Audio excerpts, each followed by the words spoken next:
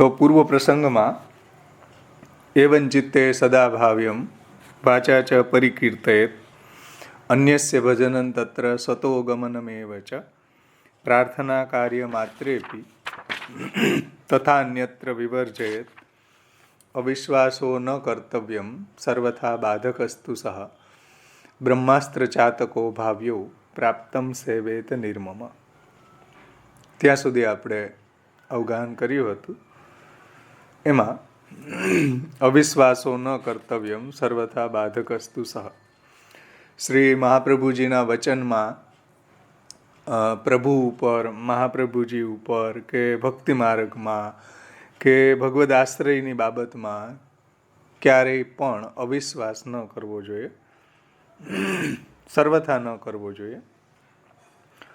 અને બ્રહ્માસ્ત્ર અને ચાતકનું પાવન મહાપ્રભુજી સમજાવે છે. એમાં અવિશ્વાસમાં બ્રહ્માસ્ત્રની વાત આપણે જોઈ હતી અને વિશ્વાસમાં ચાતકની વાત આપણે જોઈ હતી. તો એ રીતે બ્રહ્માસ્ત્ર ચાતકો ભાવ્યો અને ચોથું જે સોપાન છે પ્રાપ્તમ સેવેત નિર્મમ. પ્રાપ્તમ સેવેત નિર્મમ એટલે જે કંઈ બી આપણને યદૃચ્છાતઃ ભગવદ ઈચ્છાથી જે કંઈ પ્રાપ્ત થાય છે એને મમતા રહિત થઈને એનું સેવન કરવું. જો શરણાગતિવાળો છે તો સેવાપરાયણ છે તો એનો પ્રભુમાં વિનિયોગ કરવો, પ્રભુમાં એનું સમર્પણ કરવું. હવે આ બાબતમાં ટીકાકારોએ કોઈ વિશેષ ખુલાસો નથી કર્યો, કેમ કે જે પ્રાપ્તમ સેવેત નિર્મમ કે યથા લાભ સંતોષ, તો વૈરાગ્યમ પરિતોષં ચ સર્વથા ન પરિત્યજે. મહાપ્રભુજી પણ નિબંધમાં આજ્ઞા કરે છે કે ભાઈ વૈરાગ્ય અને સંતોષનો ક્યારેય ત્યાગ ન કરવો. સંતોષ છે એ બહુ મોટું ધન છે. જો પાવે સંતોષ ધન, સબ ધન ધૂલ સમાન. અને ત્રિલોકીનું રાજ્ય મળી ગયું હિરણ્યકશિપુની જેમ, તો પણ માણસ જે અસંતોષી છે એ ક્યારેય સુખી નથી થતો, ત્રિલોકીનું રાજ્ય હોવા છતાં પણ. ભાગવત એમ કહે છે અસંતોષના કારણે માણસ ત્રિલોકીનું રાજ્ય હોવા છતાં એ સુખી નથી. અને એ ઝૂંપડામાં રહેતો માણસ પણ જો સંતોષી હોય તો સંતોષી નર સદા સુખી, એવી કહેવત પણ છે. હવે આ સંતોષને સમજવું કેમ ભાઈ? સંતોષ કોના માટે કેટલો, કોને કેટલો સંતોષ હોવો જોઈએ એને ડિસાઈડ કેમ કરવું આપણે? એ બાબતમાં આપણને ટીકાકારોએ કોઈ વિસ્તારથી નથી સમજાવ્યું, કેમ કે એ પર્સનલ મેટર છે, વ્યક્તિગત છે. એમ કોને કેટલી આવશ્યકતા છે, કોને કેટલી વસ્તુ મળી જવાથી સંતોષ થઈ જાય છે, કોને હજી કેટલું મેળવવું છે પછી એને સંતોષ આવશે, કોને મજબૂરી છે. સમજો, ઘણાને સંતોષ છે પણ મજબૂરી છે. ઘણાની કન્ડિશન એવી છે કે છોડી નથી શકતા કોઈ એવા કારણોને લીધે, આજીવિકા ઇત્યાદિ ઇત્યાદિ. આપણા વાર્તા પ્રસંગોની અંદર પણ આવે છે કે ભાઈ સંતદાસ ચોપડા છે, તમે જુઓ અનોસરમાં કોડી વેચવા જતા, જ્યારે બી ઉત્થાપનનો સમય થાય કોડી વેચીને જેટલું બી એને પ્રાપ્ત થયું હોય યદૃચ્છાતઃ ભગવદ ઈચ્છાથી એ લઈને ભગવત સેવામાં પરાયણ થઈ જતા હતા. આવા ઘણા બધા પ્રસંગો છે. ગયા વખતે નિલેશભાઈએ પણ એક ભગવદ્ ગીતાજીનો શ્લોક કહ્યો હતો કે યદ્યદ આચરયતિ શ્રેષ્ઠમ તત્તત તેવેતરો જનઃ સયત પ્રમાણમ કુરુતે લોકસ તદનુવર્તતે. ભગવાને કહ્યું છે 3 અધ્યાય 21મો શ્લોક શ્રીમદ ભગવદ્ ગીતામાં કે જે શ્રેષ્ઠ પુરુષો જેનું આચરણ કરે છે તે અન્ય લોકો પણ એનું અનુકરણ કરે છે. અને જે શ્રેષ્ઠ પુરુષો આચરણ કરે છે એ પ્રમાણ માને છે અને લોકો એનું અનુસરણ કરે છે.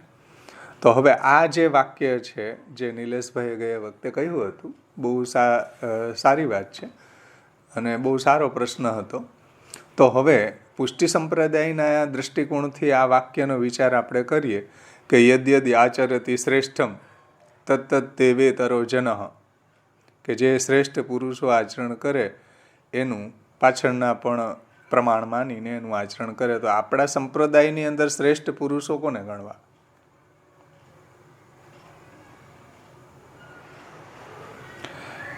ચોર્યાસી 252 ભગવદીઓને ગણીએ. શ્રી મહાપ્રભુજી ગુસાઈજી એ તો આપણા ગુરુ છે, આચાર્ય છે. તો 84-252 ભગવદીઓ કઈ રીતે આચરણ કર્યું હતું, તો એને આપણે રોલ મોડેલ બનાવવું પડશે. તો વધારે ફસાઈ જશું. કેમ કે એ તો બધા પ્રાપ્તમ સેવેત નિર્મમ હતા. એ બધા યથાલાભ સંતોષ જીવન જીવતા હતા. આપણે તો એનાથી ઓપોઝિટ જીવન જીવતા હોય એવું લાગે છે કે સંતોષ જ નથી માણસને. 3 પેઢી સુધી ખૂટે એમ નથી, તોય માણસને સંતોષ નથી. તો આપણા વાર્તા પ્રસંગોની અંદર તો સંભલવાળાને તમે જોઈ લ્યો કે પુરુષોત્તમદાસ શેઠને જોઈ લ્યો, એ તો સેવા અને કથામાં જ પરાયણ હતા. એને આજીવિકાએ જવું જ પડે એમ ન હતું. એની પાસે આર્થિક પરિસ્થિતિ એટલી સારી હતી એમ. એ સિવાય બીજા ભગવદીઓને પદ્મનાભદાસજીને જુઓ તો છોલા ધરીને પણ નિર્વાહ કરતા હતા, થતો હતો. એનો પણ પરિવાર હતો. વાર્તા પ્રસંગમાં આવે પરિવાર હતો, છતાંય નિર્વાહ થતો હતો. પછી ગદાધર દાસજીને જુઓ, ચલો. ત્યાર પછી નારાયણદાસને ત્યાં જે આજીવિકા માટે રહ્યા હતા કોઈ ભગવદી, એ 4 કલાક કે 3 કલાક કામ કરવા જતા કે ભાઈ હું મારા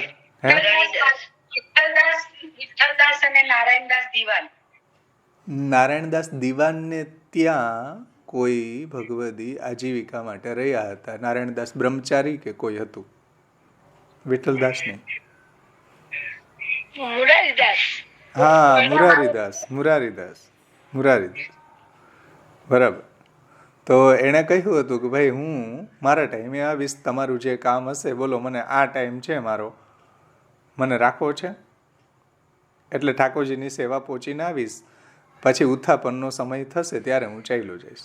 એટલે કે એવું એને કહ્યું નહોતું, પરંતુ જે એ વચગાળાનો સમય અનુસરનો હતો એ સમય એને બતાવ્યો કે હું આટલા ટાઈમમાં આવી શકીશ. બોલો, આજીવિકા એ રાખવો છે? તો કે હા, કંઈ વાંધો નહીં. એ ઘણું બધું કામ એને કરી દેતા હતા. એનું જે આખા દિવસનું કામ એ 3 કલાકની અંદર અટોપી લેતા હતા. પછી ઘરે આવીને હા ભાવેશભાઈ, આ જે પંક્તિ છે એ આપણે આખું હોલિસ્ટિક વ્યૂ લઈએ, ગીતાજી અને મહાપ્રભુજીના બીજા વચનો, તો કદાચ એમાંથી કઈક જવાબ મળી શકે આપણને. હવે ગીતાજીમાં જેમ આપણે પહેલા યદ યદ આચરતી શ્રેષ્ઠ, એ તો કહ્યું. પાછું બીજું એની પછીનું છે લોક સંગ્રહમેવપી સંપશ્યન કર્તમ અર્હસી. લોક સંગ્રહ પ્રતિબંધ દ્રષ્ટિ રાખી તારે કર્મ કરવા ઉચિત છે. પછી બીજું છે કે મયી સર્વાની કર્માની સંન્યાસી આધ્યાત્મ ચેતસા નિરાશીર નિર્મમો ભૂતવા યુદ્ધસ્વ વિગજ્વર. એટલે આધ્યાત્મ ચેતથી સર્વે કર્મો મારા વિશે અર્પણ કરી આશા રહિત, મમતા રહિત થઈ, તાપ રહિત થઈ યુદ્ધ કર. એટલે કર્મ કરવાનું છે તારે. પછી બીજો એક શ્લોક છે આપણે જે તપ કરે છે, યદ કરોશી યદ જોશી યદ દાસી યદ તપસ્યસી તદ પુરુષ મદર્પણમ કૌંતેય, એક છે. પછી બીજું નિબંધમાં મહાપ્રભુજી એમ કે છે ગૃહમ સર્વાત્મના ત્યાજ્યમ તત્તે ત્યક્તુમ ન શક્યતે કૃષ્ણાર્થમ તત્ પ્રયુંજિત કૃષ્ણ સંસાર મોચક, અને ધનમ સર્વાત્મના ત્યાજ્યમ તત્તે ત્યક્તુમ ન શક્યતે કૃષ્ણાર્થમ તત્ પ્રયુંજિત કૃષ્ણ અનર્થસ્ય વારક. એટલે જે મહાપ્રભુ જે સિદ્ધાંત રહસ્યમાં જે આપણને કહ્યું છે તમારે સમર્પણાત્મક જીવન જીવવાનું છે. જે કઈ છે એ બધું નિવેદન કરો, સમર્પણ કરો. એટલે કદાચ તમને પ્રમોશન મળ્યું તો ભાઈ તમે પ્રભુને સેવામાં ઉપયોગ કરો. જો સેવામાં બાધક આવતું હોય કે ભાઈ તમે વધારે કામ કરવું પડે, જેનાથી તમને સેવામાં હાનિ પહોંચતી હોય, સમયનો વ્યય થતો હોય અને તમે ન આપી શકતા હો, તો પછી એ નહીં લો, તો એને છોડી દો. એટલે મેન મુખ્ય કર્માપી એકમ તસ્ય દેવસ્ય સેવા, મુખ્ય જે છે એ તો સેવા છે. બરાબર. અને આપણે આમાં જે પ્રાપ્તમ સેવેત નિર્મમ, એટલે એમાં ભક્તિ એટલે લૌકિક કે અલૌકિક કાંઈ બી તમને મળે એ તમારે મમતા રહિત થઈને જ તમારે સેવન કરવાનું છે. એટલે ગોસ્વામી પેલા હરિરાય રસિકરાયજી મહારાજ છે, પોરબંદર વાળા, એમને બી એમને એ લીધેલું છે કે જે કઈ લૌકિકમાં અન્ય વસ્તુ આપણને પ્રાપ્ત થઈ હોય તેનું વિવેક બુદ્ધિથી અત્યંત આસક્ત થયા વિના સેવન કરવું, જેથી લક્ષ્ય પ્રાપ્તિમાં તથા સાધનાની ગતિમાં કોઈ પ્રકારનું આવરણ ના આવે. એટલે આપણું લક્ષ્ય શું છે એ આપણે પહેલા ડિસાઈડ કરવું કે તમારું પુષ્ટિ વૈષ્ણવ પ્રમાણે તમારું શું લક્ષ્ય છે. સેવા કરવાની છે, ઠાકોરજીનું એ કરવાનું છે. What is important for you, whether કામ કરવું ઇમ્પોર્ટન્ટ છે સેવાના ભોગે કે શું છે. એટલે અધિકાર ભેદ પ્રમાણે તમારે વિચાર કરવું પડે કોનો કેટલો અધિકાર છે. હવે જેનું ભક્તિમાં વર્ણન કર્યું હોય એના માટે જ આ તો આપણે ગણવાનું કે પ્રાપ્તમ સેવેદ નિર્મમ, તો એ સેવાને જ લાગુ પડે છે. પણ સેવા not at the cost of other things. સેવાને બાદ ના આવે એ રીતે તમે જે પ્રવૃત્તિ કરવી હોય એ કરો. એમાં કોઈ એટલે મારું થિંકિંગ પ્રમાણે એમાં કોઈ હાનિ નથી આવતી કે ભાઈ તમે ડોક્ટર બી હો, વકીલ બી હો. કારણ કે શામુ બાબાએ એક વખત એક એક્ઝામ્પલ આપેલો કે ભાઈ એક કોર્ટનો જજ હતો એ આખો દિવસ કામ કરીને કોર્ટમાં જઈને ભાઈ સાંજના સેવા કરીને પહોંચતો હતો. સવારના ન ફાવે તો ભાઈ સાંજના બી કરીને એનું કામ કરતો હતો. તો એટલે કઈ રીતે એડજસ્ટ કરવું એ દરેક જણને ઇન્ડિવિજ્યુઅલી ડિસાઈડ કરવું પડે. કોઈ એનું માપતોલ ન કરી શકે ભાઈ આને આટલું જ કમાવવું જોઈએ કે આને આટલું જ જરૂરિયાત છે કે શું જરૂરિયાત છે, અને તમને કઈ રીતે તમે આખા તમારા સેવા અને તમારા દિનચર્યામાં તમે સમાવી શકો છો, અથવા તો સેવામાં તમે બીજી દિનચર્યાને કેવી રીતે સમાવી શકો છો એમ હોવું જોઈએ. એટલે એ બધું અંગ હોવું જોઈએ સેવાનું. મુખ્ય સેવા છે, બીજું બધું અંગ તરીકે તમે એનો ઉપયોગ કરો. બરાબર છે. આજે આપણે જે લાસ્ટ 2 શ્લોકો બાકી છે ને એમાં આની પણ ચર્ચા કરી છે ટીકાકારોએ, એટલે આપણે એ ટીકાકારોના શબ્દોમાં સમજશું. મારું કહેવાનું તાત્પર્ય એ હતું કે જે માણસને આવશ્યકતા જ નથી એને ભગવત સેવા અને કથાપરાયણ થઈને રહેવું જોઈએ. જેવું હરિરાયજી પણ વારંવાર શિક્ષાપત્રમાં આનો ઉલ્લેખ કરે છે અને ઘણા શ્લોકોમાં કરે છે.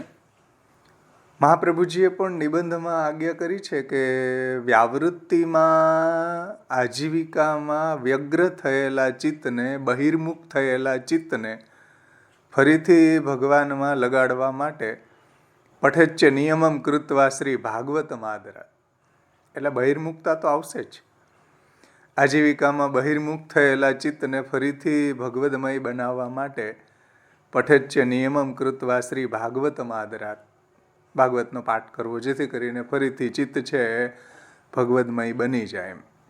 તો મારું કહેવાનું તાત્પર્ય એ છે કે જેને આવશ્યકતા છે જ નહીં, જે એટલા શ્રીમંત છે કે જે કોઈ રિટાયર્ડ છે ને એટલી પેન્શન આવી રહ્યું છે, તો શા માટે ભગવદ વિમુખ થઈને કથા મહાપ્રભુજીની જે વાણી છે કે ભાગવત છે, સુબોધનીજી છે, ચાલો સેવાની વાત તો સમજ્યા કે સેવાના અનુસરમાં એ આજીવિકા કરે છે, સેવા છૂટે એવી આજીવિકા નથી કરતા કે પ્રમોશન નથી મેળવતા, ચાલો વેલકમ. પણ આવશ્યકતા જ નથી તો શા માટે ભાઈ બહિર્મુખ થવો, હાથે કરીને બહિર્મુખ થવું જોઈએ, મારો એ પ્રશ્ન છે. અને એ બાબતમાં એક ગીતાજીમાં એક શ્લોક છે કે કાર્યતે ય વશ કર્મ સર્વ પ્રકૃતે ગુણૈ, પ્રકૃતિના ગુણો સર્વને પરવશ કરી કર્મ કરાવે છે.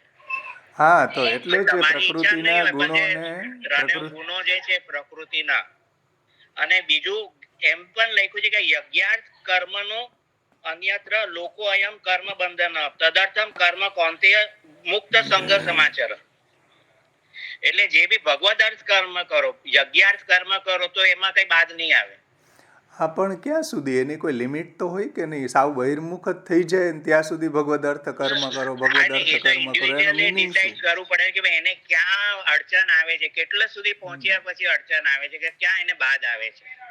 એટલે આજે હું શિક્ષાપત્ર જોઈ રહ્યો હતો, એમાં એક બે શ્લોક મને પ્રાપ્ત થયા, એવું તમને તમારી સાથે શેર કરીશ.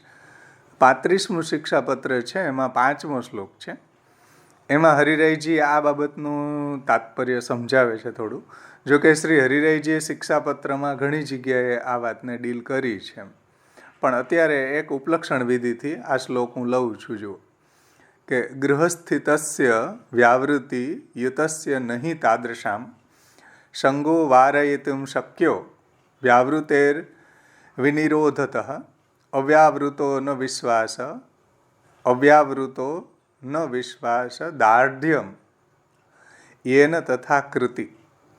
એટલે ગૃહસ્થાશ્રમમાં રહેલ પુરુષને વ્યાવૃત્તિવાળા એટલે કે જે લૌકિક જનો છે, બહિર્મુખ જનો છે, એનો સંગ જ્યાં સુધી વ્યાવૃત્તિ કરે છે ત્યાં સુધી રહેવાનો જ છે, એ મટી નથી શકતો. અને વ્યાવૃત્તિમાં વિશ્વાસની દ્રઢતા અવ્યાવૃત્તિમાં વિશ્વાસની દ્રઢતા નથી કે અવ્યાવૃત રહેશું તો એ ભગવાન એનું યોગક્ષેમ વહાવવાના છે એવી દ્રઢતા, એવો વિશ્વાસ એનો દ્રઢ થયો નથી. તેથી આવી કૃતિ જોવા મળે છે. એની ટીકામાં શ્રી ગોપેશ્વરજી આજ્ઞા કરે છે કે ગૃહસ્થોને વ્યાવૃત્તિનો અર્થ અહીંયા રોજગારી, આજીવિકા, એના વિના કેમ ચાલે? નો જ ચાલે ભાઈ. સ્વાભાવિક વાત છે, બધા સમજી શકે એવી વાત છે. પછી પરદેશમાં સાથે માણસો જોઈએ, આજીવિકા આપણે કરવા જઈએ ત્યાં ઘણાનો સંગ થાય આપણને. સાથે માણસો જે આપણી કમ્યુનિટી છે આખી, જે આપણે સાથે મળીને કોઈ બિઝનેસ કરી રહ્યા છીએ, તો એનો ત્યાગ કરાય તો પછી માણસ વિના તો એ બિઝનેસ ચાલે નહીં.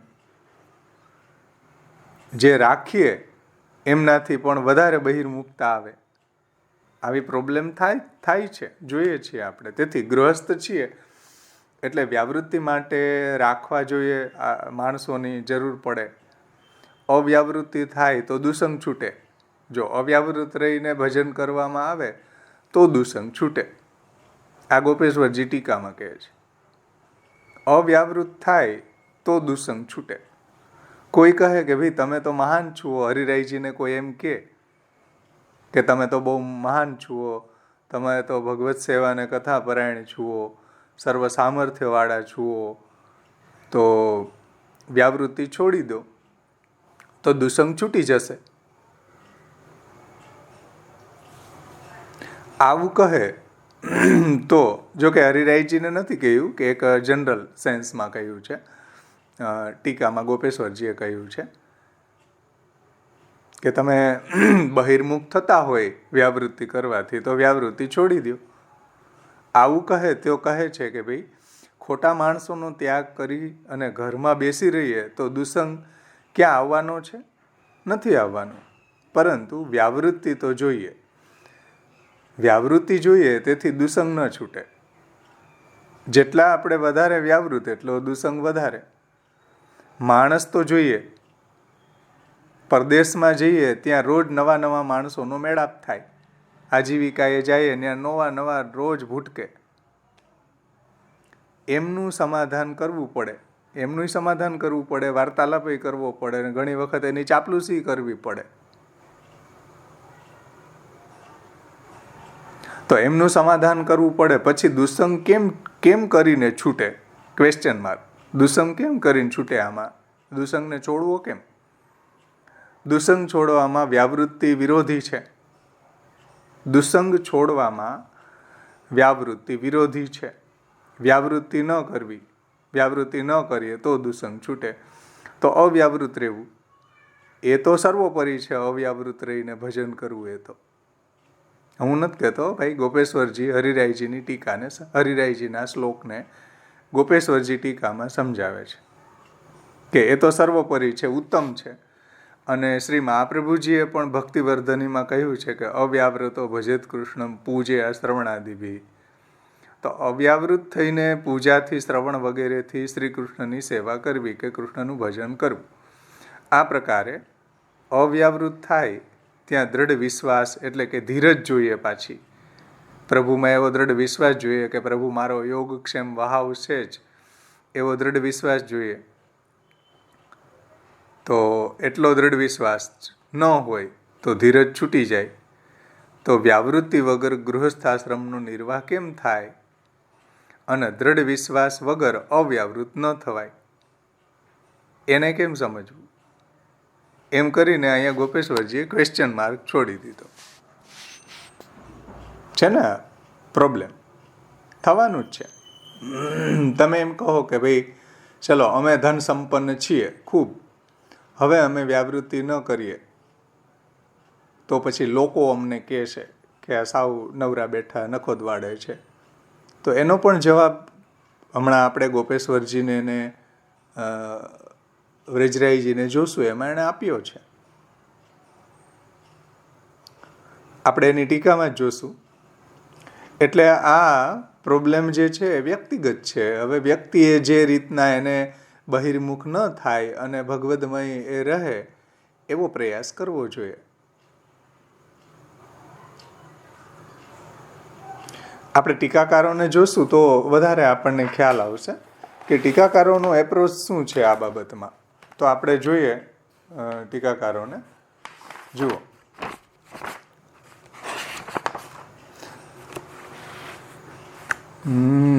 ગોપેશજીની ટીકા છે.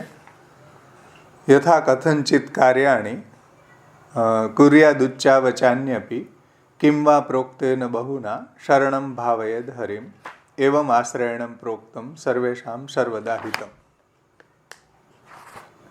એમાં આ ગોપીશજી એટલે ચાચા ગોપેશ્વરજી જે ઘનશ્યામલાલજી સાતમા લાલજી છે એના લાલજી છે. ગોપીશજી એને ચાચા ગોપેશ્વરજી પણ કહેવાય. સર્વોત્તમ સ્તોત્રમાં પણ ટીકા છે. ષોડશ ગ્રંથમાં પણ ઘણા ગ્રંથો ઉપર આપની ટીકા છે.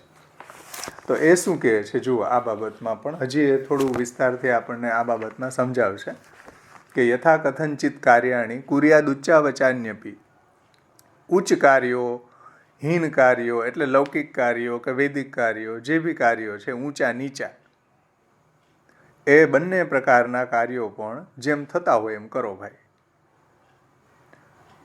કિંવા પ્રોક્તેન બહુના, હવે ઘણું કહેવાથી શું ફાયદો? શરણમ ભાવેદ હરિમ, બધી પરિસ્થિતિમાં હરિની શરણ ભાવના કરવી જોઈએ. અને એવમ આશ્રયણમ પ્રોક્તમ સર્વેષામ સર્વદા હિતમ, આ પ્રકારે હંમેશા બધા જે દૈવી જીવો છે એના હિતરૂપ આશ્રય અહીંયા મહાપ્રભુજીએ આપણને સમજાવ્યો. એની ટીકામાં શ્રી ગોપેશ્વરજી આજ્ઞા કરે છે. આપણે એના શબ્દોમાં જોઈએ. પેજ નંબર 69, 69 પેજ ઉપર જુઓ. આ શ્લોકની વ્યાખ્યા શ્રી ગોપેશ્વરજી ચાચા ગોપેશ્વરજી કરે છે. તો અહીં એ જો એવી શંકા થાય કે ભાઈ બીજા ધર્મોથી સંબંધ થઈ જવાથી શરણાગતિ તૂટી જાય. તમે જે આગળ વાત કરી કે અન્યસ્ય ભજનં તત્ર સ્વતો ગમનમેવ ચ પ્રાર્થના કાર્ય માત્રેપી તતો અન્યત્ર વિવર્જયેત. એમાં ન્યાસાદેશના પણ ઘણા કોટેશન ગોપેશ્વરજીએ આપ્યા છે કે અન્ય સંમેલને એવા બ્રહ્માસ્ત્ર ન્યાયે ઉક્ત. ન્યાસાદેશમાં પણ કહ્યું છે આ જ વાત જે અહીંયા કહ્યું ને, અવિશ્વાસો બ્રહ્માસ્ત્ર ચાતકો ભાવ્યો પ્રાપ્તમ સેવેત નિર્મમ. તો એમાં બ્રહ્માસ્ત્ર ચાતકની વાત બી ન્યાસાદેશ ગ્રંથમાં પણ કરી છે. અને ત્યાં અન્ય સંમેલન એવા, અન્યના સંમેલનથી પણ, અન્યના સંમેલનથી એટલે કે અન્ય આશ્રય જે છે એને પણ દૂર કરવો એવું ત્યાં પણ કહ્યું છે. એટલે એ સંદર્ભ લઈને અહીંયા ટીકાકાર ઉત્થાનિકામાં આજ્ઞા કરે છે કે બીજા ધર્મોથી સંબંધ થઈ જવાથી શરણાગતિ છૂટી જાય છે, તૂટી જાય છે. તો જે લોકમાં આવશ્યક જે લૌકિક વૈદિક કર્મો છે એનું શું કરવું? જેમ કે મુહૂર્ત જોવું છે, જન્માક્ષર મેળવવા છે, ગણેશ સ્થાપન છે, કુલદેવતા સ્થાપન છે, યજ્ઞ વગેરે જે છે એ બધા વૈદિક કાર્યો છે, લૌકિક કાર્યો છે, એમનો પણ ત્યાગ કરી દેવાથી કદાચિત પુષ્ટિભક્તિ માર્ગ માટે એવી કોઈને શંકા ઉત્પન્ન થઈ જાય કે આ સંપ્રદાય છે એ વેદમૂલક નથી, અપ્રામાણિક છે, કેમ કે આ તો કાંઈ વૈદિક કર્મ કે લૌકિક કર્મ કરતા જ નથી. તો લોકોને આવું ડાઉટ જાય, આવી શંકા થાય કે ભાઈ આ છે અપ્રામાણિક સંપ્રદાય છે, કેમ કે લૌકિક વૈદિક શાસ્ત્રોક્ત કર્મો એ લોકો કરતા નથી કે એ કર્મોને નથી માનતા. તો આવી શંકા કોઈ કરે તો એના નિરાકરણ માટે તે લૌકિક વૈદિક કાર્યોને કેવી રીતે કરવા આ વાતને મહાપ્રભુજી કહે છે કે યથા કથંચિત કાર્યાણી કુર્યાદુચ્ચાવચાન્યપી કિમ વા પ્રોક્તેન બહુના શરણમ ભાવયદ હરિ. એ વાક્યથી આચાર્ય ચરણો એનો ખુલાસો કરે છે કે ભાઈ જે કોઈ પણ પ્રકારથી લોકોને માર્ગમાં અપ્રામાણિકતાની શંકા ન થાય તે પ્રકારથી તે નાના મોટા જે કાર્યો છે એ આવશ્યક લૌકિક વૈદિક સંબંધિત જે કાર્યો છે એ પ્રભુની આજ્ઞા માનીને કરવા. આની ચર્ચા આપણે પ્રથમ પણ કરી ગયા, પૂર્વમાં પણ કરી ગયા. પુષ્ટિ પ્રવાહ મર્યાદા ભેદ ગ્રંથમાં પણ મહાપ્રભુજીએ સમજાવ્યું છે કે લૌકિકત્વમ વૈદિકત્વમ કાપટ્યા તેષુ નાન્યથા વૈષ્ણવત્વમ હિ સહજમ તતો અન્યત્ર વિપર્ય. એ અહીંયા પણ એ કોટેશન ટાકેલું જ છે ગોપીશજીએ.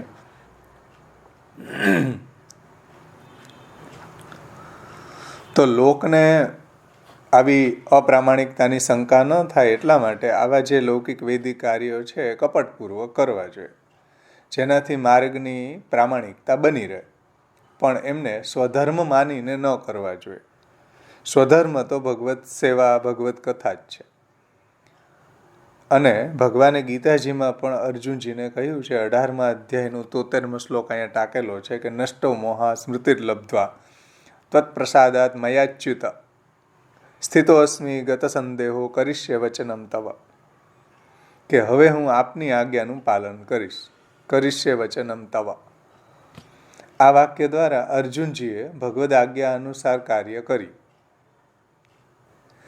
તેવી રીતે કરવું જોઈએ એવો અર્થ છે. એટલે ભગવાનની આજ્ઞા માનીને કરવું જોઈએ. એમાં આપણો કોઈ મોટિવેશન, આપણો કોઈ એમાં સ્વાર્થ રાખીને ન કરવું જોઈએ. ભગવદ આજ્ઞા માનીને કરવું જોઈએ. આવું કરવાથી શરણ ધર્મનો ભંગ થતો નથી. તેથી હવે ઉપરની શંકા પણ દૂર થાય છે. એટલે ધર્મ જે બીજા ધર્મોનો સંબંધ થવાથી શરણાગતિની હાનિ થશે એવી જે શંકા હતી એનો અહીંયા સમાધાન થયો કે ભાઈ ભગવદ આજ્ઞા માનીને કરવા, પણ સ્વધર્મ માનીને ન કરવા. સ્વધર્મ તો ભગવત ભજન જ છે, ભગવત સેવા જ છે. આ જ વાત પુષ્ટિ પ્રવાહ મર્યાદા ભેદ ગ્રંથમાં ભગવદીઓએ લૌકિક વૈદિક કાર્યો કપટરૂપથી કરે એવું અહીંયા ટીકાકાર પોતે જ પુષ્ટિ પ્રવાહ મર્યાદા ભેદ ગ્રંથનો 20મા શ્લોકનું કોટેશન ટાંકી રહ્યા છે. આ વાક્ય દ્વારા એનું સમાધાન કર્યું કે યથા કથંચિત કાર્યાણી કુર્યાદુચ્ચાવચાન્યપી. જે કંઈ બી આ લૌકિક વૈદિક કાર્યો છે એ કપટપૂર્વક કરવા જોઈએ. આ એક અર્થ ટીકાકારે સમજાવ્યો છે, એક પ્રાઇમરી લેવલ પર. હવે એક બીજો અર્થ આ જ વાતને સમજાવવા માટે કરે છે, એને સમજો. હવે અથવા કરીને બીજો અર્થ કરે છે કે અથવા તદર્થમપી કર્માદ્ય કરણે ન દોષ, કર્માદિ અકરણે ન દોષ. આવા લૌકિક વૈદિક કાર્ય માનો કે ભગવત સેવા અને ભગવત કથામાં પરાયણ હોવાના કારણે ન થયા એનાથી કે ન કર્યા તો પણ દોષ લાગતો નથી. આ ટીકાકાર બીજો અર્થ સમજાવે છે ગોપેશ્વરજી. અથવા તો એવો અર્થ કરી લો કે ભાઈ લૌકિક વૈદિક કાર્યોને પણ ન કરવાથી દોષ નથી થતો. કેમ? ભગવત સેવા અને ભગવત કથામાં પરાયણ હોવાના કારણે જો એનાથી લૌકિક વૈદિક કાર્યો ન પણ થઈ શક્યા, કપટપૂર્વક ન થઈ શક્યા, તો પણ એને દોષ લાગતો નથી. કેમ કે ભગવાનની શરણાગતિથી જ બધું છે. ભગવાનની શરણાગતિ જ સર્વસ્વ છે એનું. આ વાત કિમ વા પ્રોક્તેન બહુના, હવે વધારે કહેવાથી શું ફાયદો, વગેરે શબ્દોથી કહેવાઈ રહ્યું છે. અને આ પંક્તિમાં આચાર્ય ચરણો એવી આજ્ઞા કરે છે કે હવે વધારે કહેવાથી શું સિદ્ધ થશે? કંઈ પણ નહીં. તેથી સર્વત્ર ભગવાનની શરણ ભાવના કરવી જોઈએ. લોક સંગ્રહ અથવા તો લૌકિક વૈદિક કર્મોને પણ કરવાની જરૂર નથી. હું નથી કહેતો ભાઈ, ગોપેશ્વરજી કહે છે કે જે ભગવત સેવા કથા પરાયણ છે એવા જે ભક્તો છે એને લોક સંગ્રહાર્થે પણ લૌકિક વૈદિક કર્મો કરવાની આવશ્યકતા નથી. બોલો હવે શું કરવું? સર્વત્ર ભગવાનની શરણ ભાવના કરવી. લોક સંગ્રહ અથવા તો લૌકિક વૈદિક કર્મોને પણ એ જે ભગવત સેવા કથા પરાયણ હોવાના કારણે કે એમાં એને સમય ન મળતો હોવાના કારણે એને કરવાની જરૂર નથી. ભલે એમને વિધિરૂપથી કરવાનું કહ્યું હોય, શાસ્ત્રએ એને વિધિરૂપથી કરવાનું કહ્યું હોય, છતાં પણ તેમનામાં શરણ ધર્મ તો નથી, એટલે કે આત્મધર્મ નથી. એ આ જે લૌકિક વૈદિક કાર્યો છે એની અંદર કોઈ સ્વધર્મતા નથી, એની અંદર કોઈ શરણ ધર્મ રહેલો નથી, એવો અહીંયા ભાવ છે. અને આ વાત અન્ય ધર્મોને શરણાગતિની જોડે મેળવવાથી બ્રહ્માસ્ત્રવાળું ઉદાહરણ કહેલું જ છે ન્યાસાદેશમાં. ન્યાસાદેશ શ્લોકનું અહીંયા કોટેશન ગોપેશ્વરજી ટાંકીને કહે છે કે અન્ય સંમેલને વા ન્યાસાદેશેષુ ધર્મત્યજ વચનતો અકિંચનાધિક્રિયોક્તા કાર્પણ્યમ વાગમ વાંગમુક્તમ મદિતર ભજનાપેક્ષણમ વા વ્યપોઢમ. મદિતર ભજનમ મારાથી ઇતરનું ભજનનું વ્યપોઢ કરવું, દૂર કરવું એમ. મદિતર ભજનાપેક્ષણમ વા વ્યપોઢમ દુસાધ્યોચ્છદ્યમો વા ક્વચિદુપશમિતા અન્ય સંમેલને વા. એ વાત અહીંયા કરે છે, જુઓ, અન્ય સંમેલને વા ન વિહિતો ધર્મો આજ્ઞાદિ સિદ્ધ. એવું મહાપ્રભુજી ન્યાસાદેશની અંદર જે આજ્ઞા કરે છે, તો એનું કોટેશન અહીંયા ગોપેશ્વરજી ટાંકે છે અને કહે છે કે એત દેવોક્ત અન્ય સંમેલને વા ઇતિયત્ર. તો બ્રહ્માસ્ત્રવાળું ઉદાહરણ કહેલું છે ન્યાસાદેશ જે શ્લોક છે એમાં, આ વાક્ય દ્વારા એનું વર્ણન કરેલું છે. તેથી ઉપર કહેલા વિશ્લેષણોથી એવું જણાય છે કે આ કર્મોને પ્રભુ આજ્ઞા માનીને કરવા જોઈએ, અન્યથા નહીં. એવું અહીંયા તાત્પર્ય નીકળે છે કે ભાઈ ભગવદ આજ્ઞા માનીને કરવા જોઈએ, સેવાના અનુસરમાં કરવા જોઈએ, અન્યથા નહીં. આ કર્મોને ભગવદ આજ્ઞા માનીને કરવા જોઈએ, સમય રહે તો કરવા જોઈએ, અન્યથા નહીં. આવો અર્થ છે, આવું અહીંયા તાત્પર્ય છે. પરંતુ એક પ્રશ્ન એવો પણ થાય છે કે ભાઈ ભગવાનને બધી રીતે બધું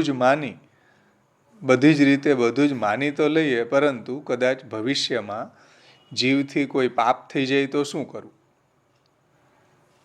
તો એનું સમાધાન આચાર્ય ચરણો કરે છે કે કિમ વા પ્રોક્તેન બહુના શરણમ ભાવયેદ હરિમ. હરિ એમાં હરિમ વગેરે શબ્દોથી કહી રહ્યા છે કે ભગવાન હરિ છે, સમસ્ત દુઃખોનું હરણ કરવાવાળા છે, અને જો એવા પાપ થવાની સંભાવના થઈ પણ તો તેઓ જ એ પાપોને દૂર કરશે.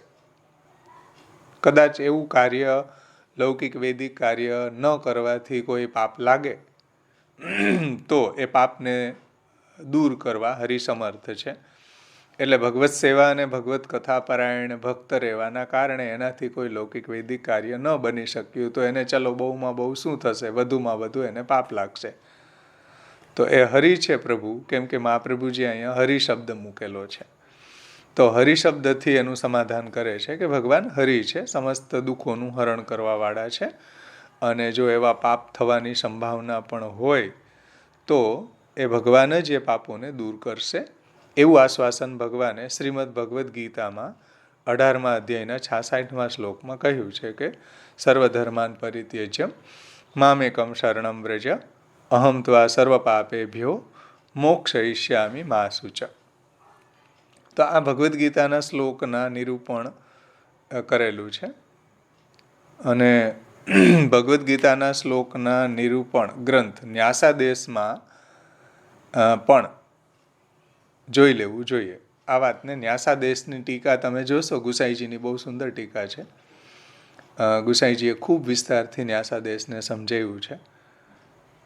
તો એમાં જોઈ લેશો તો પણ આ વાત સમજમાં આવી જશે.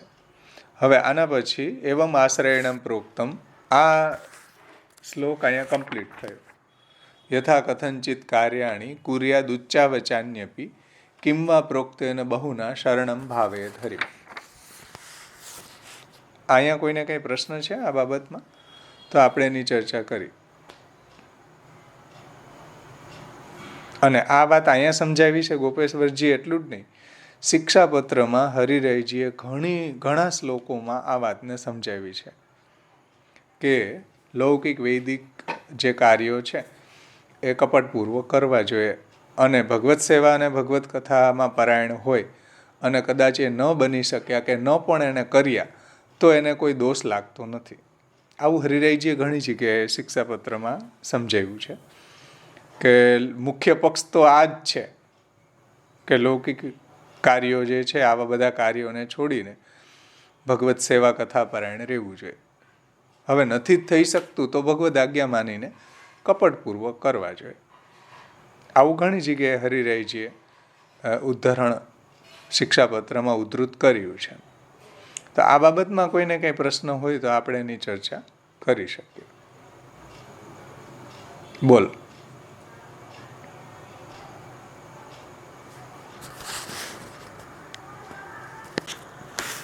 એવમ આશ્રયણમ પ્રોક્તમ સર્વેષામ સર્વદા હિતમ કલો ભક્ત્યાદિ માર્ગાહિ દુષાધ્ય ઇતિ મે મતિ.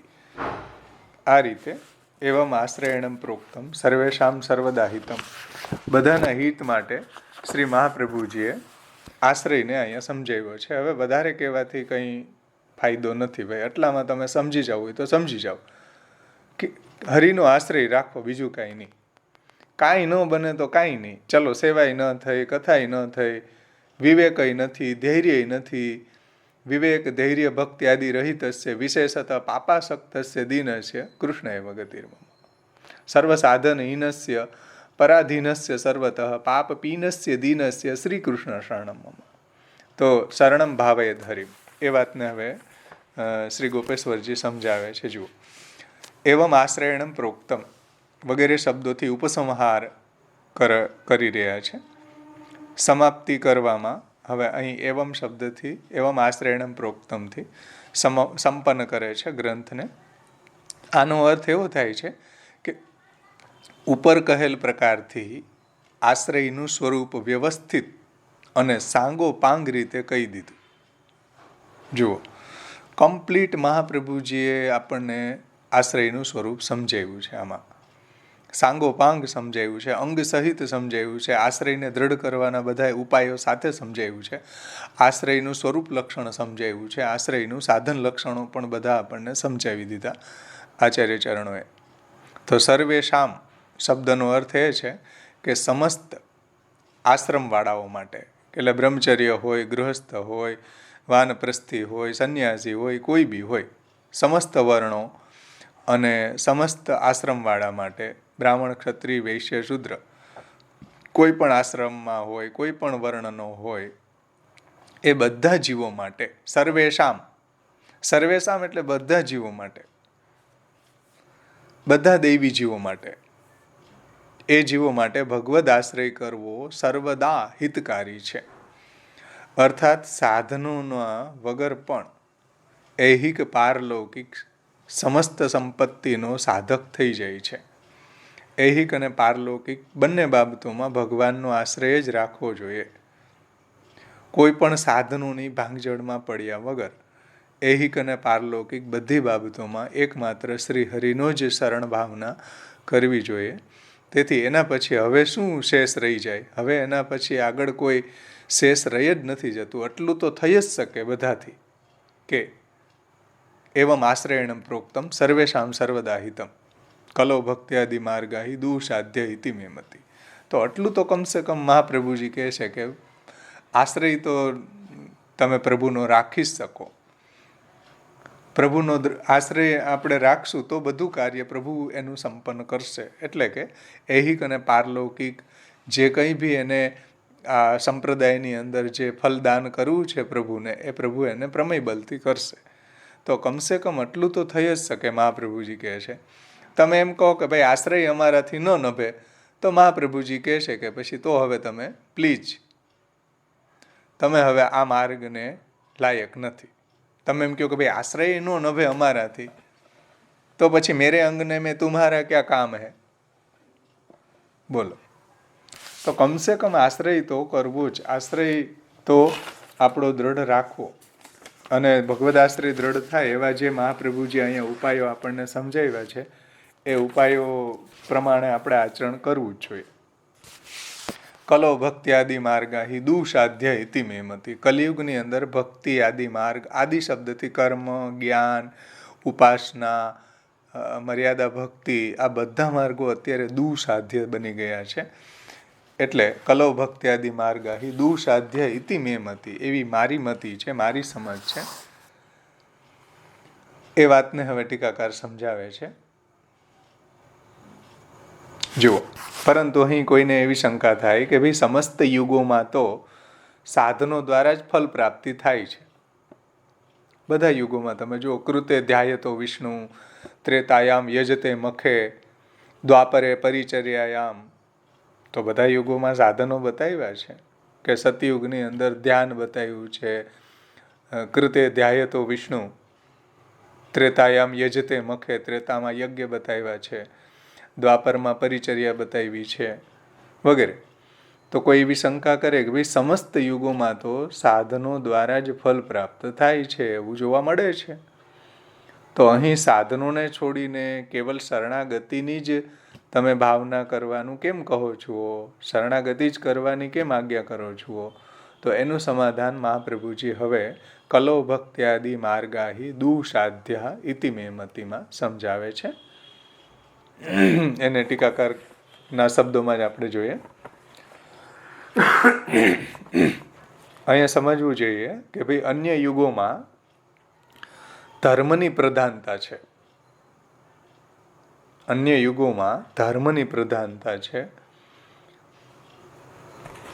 ધર્મી શ્રી કૃષ્ણની નહીં. અન્ય યુગોમાં ધર્મની પ્રધાનતા છે, ધર્મીની નહીં. તેથી તે ધર્મોમાં કહેલી ભક્તિ સાધનોથી સાધ્ય થાય છે. તો તે ધર્મોની અંદર કહેલી જે ભક્તિ છે એમાં યજ્ઞ, હોમ, જપ, તપ ઇત્યાદિ સાધનોથી મયી સંજાય તે ભક્તિ, એકાદશ સ્કંધમાં એ કહ્યું છે ને. તો આવા સાધનોથી પણ ભક્તિ થાય છે. તો એ સાધનોથી સાધ્ય છે અને તે જ કારણથી તે સાધનો દ્વારા જ ભક્તિ એટલે કે ઉપાસના, કર્મ વગેરેનું ફલ પ્રાપ્ત થઈ જાય છે. તો એ ભક્તિ દ્વારા એને કર્મ, જ્ઞાન, ઉપાસના ઇત્યાદિનું ફલ એને પ્રાપ્ત થઈ જાય છે. પરંતુ કલિયુગ તો પાપ પ્રધાન છે. કલિયુગની અંદર તો આવા કોઈ સાધનોનું ફલ પણ પ્રાપ્ત થતું નથી. કલિયુગ તો પાપ પ્રધાન છે. તો અહીં ઉપર કહેલા જે સાધનો છે અત્યારે સંભવ નથી. જે અન્ય યુગોની અંદર જે સાધનો બતાવ્યા છે કલિયુગની અંદર કોલોપ્સ થઈ ગયા છે. તો મહાપ્રભુજીએ કૃષ્ણાશ્રયમાં આપણને સમજાવી દીધું. તો હવે શું કરવું? તો એ સાધ્ય નથી અત્યારે. એ સાધનો અત્યારે સાધ્ય નથી. કલિયુગ તો પાપ પ્રધાન હોવાથી ઉપર કહેલા જે સાધનો છે એ સંભવ નથી. એટલા માટે ભક્તિ વગેરે માર્ગો અત્યંત કઠિન છે એવું મહાપ્રભુજી કહે છે કે કલો ભક્ત્યાદિ માર્ગ અહીં દુસાધ્ય છે એવું કહે છે. કઠિન છે, કઠિનતાથી સાધ્ય છે. અથવા તો એમ કહો કે કંઈ સાધન કરીએ તો પણ પાખંડ વગેરેથી પાપ ઉત્પન્ન થઈ જાય છે. કોઈ બી સાધન તમે કરો કંઈક ને કંઈક લફડાઓ થાય. સાધનોની પ્રોબ્લેમ આ છે કે આપણે કરવા જાય સારું ને એનું રિઝલ્ટ ખરાબ આવી જાય. સમજાણું ને?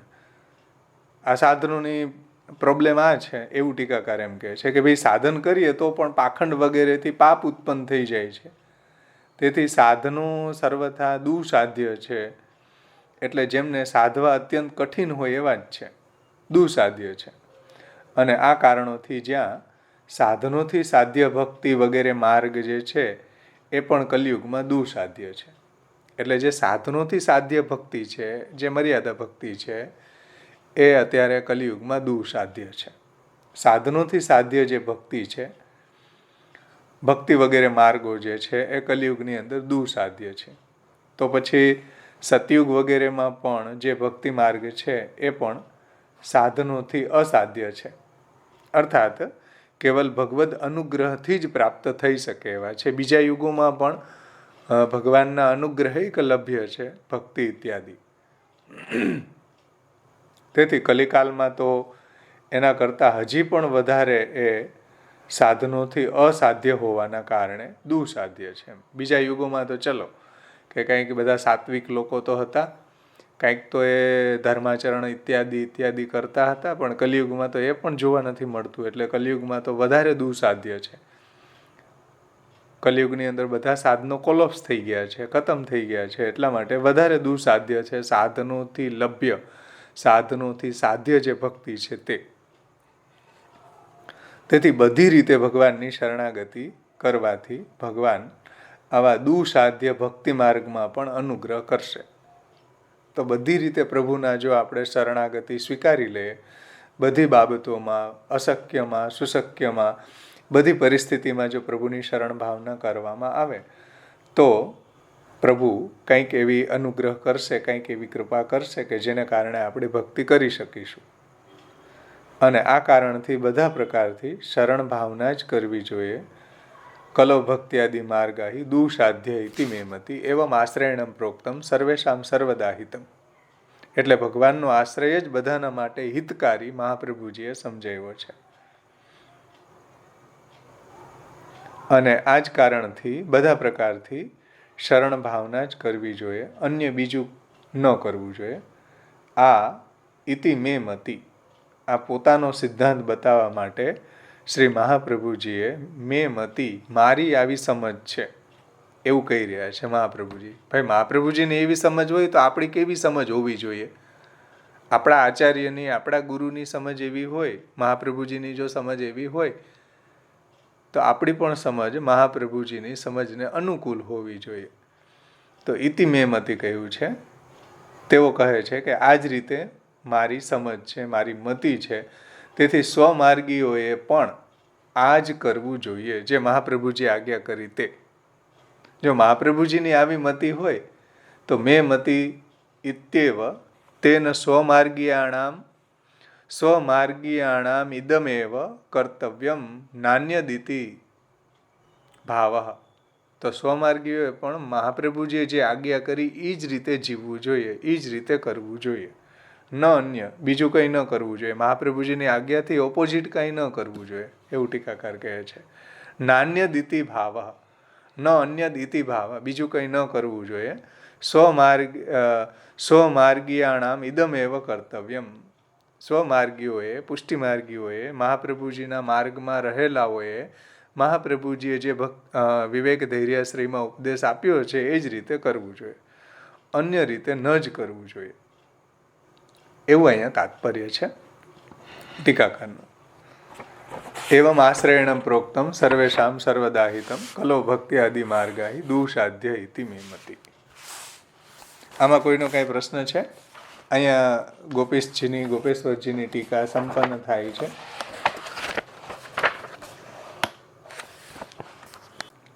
શ્રી બ્રિજરાઈજીને આ શ્લોકોમાં કઈ રીતે વ્યાખ્યાન કર્યું છે એને થોડું લઉં છું. પેજ નંબર 159 ઉપર યથા કથંચિત કાર્યાણી કુર્યાદુચ્ચાવચાન્યપી કિમ વા પ્રોક્તેન બહુના શરણમ ભાવયે ધરીમ. એને સમજાવે છે કે ભાઈ આ પ્રકારે આસક્તિ રહિત થઈને લૌકિક વગેરે કાર્યોનો નિર્વાહ કેવી રીતના કરવો? તો એના જવાબમાં કહે છે કે યથા કથંચિત કાર્યાણી કુર્યાદુચ્ચાવચાન્યપી, એટલે ભગવત સેવાથી સંબંધિત કાર્યો, ઉચ્ચ કાર્યો, ઉચ્ચ અવચ, ઉચ્ચ અવચાની બે શબ્દો છે જુઓ.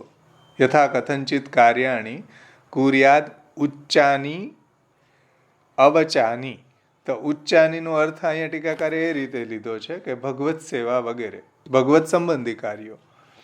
અને અવચાની એટલે કે લોક સંબંધી કાર્યો, લૌકિકથી સંબંધિત કાર્યો, બંને કાર્યો, બંને પ્રકારના કાર્યોને યેન કેન પ્રકારેણ કરી લેવા. ન તો દેવું કરીને અને ન તો લૌકિક કાર્ય સમજીને, પરંતુ ભગવાનની ઈચ્છા માનીને કરી લેવા. જેની ચર્ચા આપણે પૂર્વમાં કરી ગયા કે ભાઈ દેવું કરીને પણ ભગવત સેવા વગેરે કાર્ય ન કરવા જોઈએ.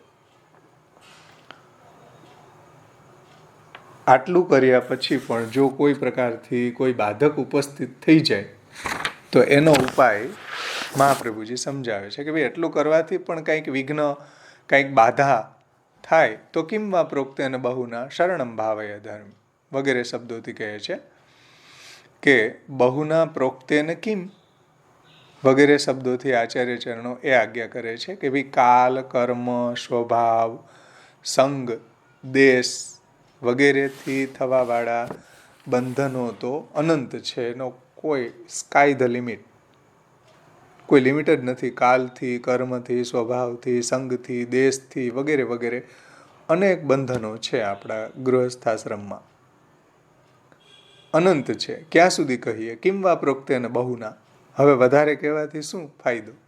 તેથી આચાર્ય ચરણો એ બંધનોના ઉપાયોની દિશા માત્ર પ્રદર્શિત કરી રહ્યા છે કે બધી પરિસ્થિતિઓમાં આ જ ઉપાયનું અનુસંધાન કરતા રહેવું જોઈએ. શરણમ ભાવે ધરી, પ્રભુની શરણ ભાવના કરવી. સમજાણું ને? કારણ કે આપણે સમર્થ જ નથી. એક તમારી પ્રોબ્લેમને દૂર કરો તો 10 પ્રોબ્લેમ યસ સર કહીને હાજર હોય. શું કરવું બોલો? શરણમ ભાવે ધરી. મહાપ્રભુજીએ લાસ્ટ ઉપાય બતાવી દીધો કે ભાઈ શરણમ ભાવે ધરી. એ આચાર્ય ચરણો કહી રહ્યા છે. ભગવાને પણ કહ્યું છે કે સમસ્ત ધર્મોનો પરિત્યાગ કરીને એકમાત્ર મારે શરણે આવી જા, સર્વધર્માન પરિત્યજ્યમાં. તેથી અને બીજું ઉદ્ધવજીને પણ ભગવાને કહ્યું છે કે સમસ્ત વિષયોનો પરિત્યાગ કરીને કેવળ મારી શરણમાં આવી જા. એવું ભગવાને ઉદ્ધવજીને પણ એકાદશ સ્કંધમાં 12મો અધ્યાય 14મા શ્લોકમાં કહ્યું છે કે જેટલું કાંઈ સાંભળેલું ન સાંભળેલું, કૃત અકૃત, વિધિ નિષેધ, ઘણી બધી લિસ્ટ આપી છે ત્યાં ભગવાને. તો આ બધુંમાંથી તું રિલાય નહીં કરીને, આ બધું છોડીને બસ મારા શરણે આવી જા. જો શરણાગતિ કેટલો મોટો પદાર્થ છે.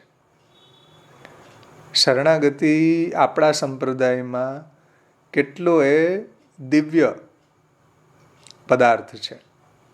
આપણે શરણાગતિની કોઈ વેલ્યુ જ નથી સમજી. મહાપ્રભુજીએ શરણાગતિને કેટલું પ્રમોટ કરી રહ્યા છે કે ભાઈ બધી પરિસ્થિતિમાં શરણ ભાવે ધરીમ, પ્રભુની શરણ ભાવના કરો, ભાંગી નહીં પડો. ફિર પ્યાર નયા હો સકતા હૈ. તો આ બધા વાક્યોથી નિર્ધારિત કર્યું છે. તેથી વ્રજભક્તો, પછી સત્યવ્રત અને સપ્તર્ષિઓ જેવા શરણાગતોના જીવનમાં પણ આ જ પ્રકાર દેખાઈ આવે છે. તો વ્રજભક્તોના પ્રસંગમાં પણ તમે જુઓ તો અંતે ભગવાનની શરણાગતિ કરી છે. અંતે ભગવાન પાસે એને એવું જ કહ્યું છે જ્યારે કુરુક્ષેત્રમાં મળ્યા ત્યારે કે ભાઈ અમે ઘરના કામોમાં જે કાંઈ કરતા રહીએ પણ અમારું મન આપના ચરણમાં લાગેલું રહે. આવી જ વિજ્ઞપ્તિ વ્રજભક્તોએ કરી છે ભગવાનને. પછી સત્યવ્રતનો પ્રસંગ આવે છે અષ્ટમ સ્કંધના 24મા અધ્યાયમાં. એમાં પણ શરણાગતિની જ વિશેષતા બતાવી છે. સપ્તર્ષિઓનો પ્રસંગ જે પ્રલય થવાનો હોય છે ત્યારે બધા નાવની અંદર બેસી જાય છે સત્યવ્રત અને બધા સપ્તર્ષિઓ. ત્યારે મત્સ્ય ભગવાન ઉપદેશ આપે છે. તો ત્યાં સત્યવ્રત સ્તુતિ કરે છે પ્રભુની. ત્યાં પણ શરણ ભાવનાની વાતને સમજાવી છે. તો આ પ્રકારે ઉપરયુક્ત વિવેચનથી વિવેક, ધૈર્ય વગેરે અંગો વગર પણ, માનો કે વિવેક ન આપણામાં સિદ્ધ થયો કે ધૈર્ય પણ ન સિદ્ધ થયું, કંઈ વાંધો નહીં, તો પણ શરણમ ભાવે ધરી, પ્રભુની શરણ ભાવના તો કરવી જ જોઈએ. બધી બાબતોમાં પ્રભુનો આશ્રય આપણો હંમેશા એનું આપણે અનુસંધાન રાખવું જોઈએ. ભગવાને પણ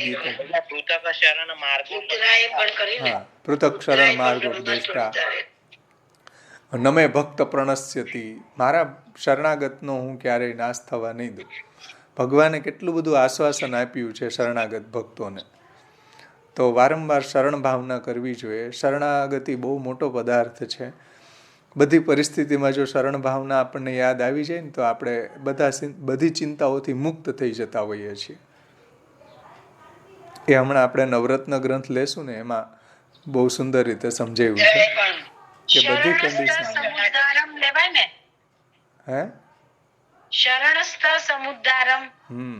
શરણસ્થ સમુદ્ધારમ કૃષ્ણમ વિજ્ઞાપયામ્યહમ. શરણે આવેલાનો ઉદ્ધાર કરવા વાળા છે ઠાકોરજી. તો બસ એ કાંઈ ન થાય તો પ્રભુની શરણ ભાવના સ્વીકારી લો, પ્રભુના ચરણને યાદ કરો, પ્રભુના શરણાગતિ કરો, પ્રભુની રક્ષક, પ્રભુ આપણા રક્ષક છે એને યાદ કરો.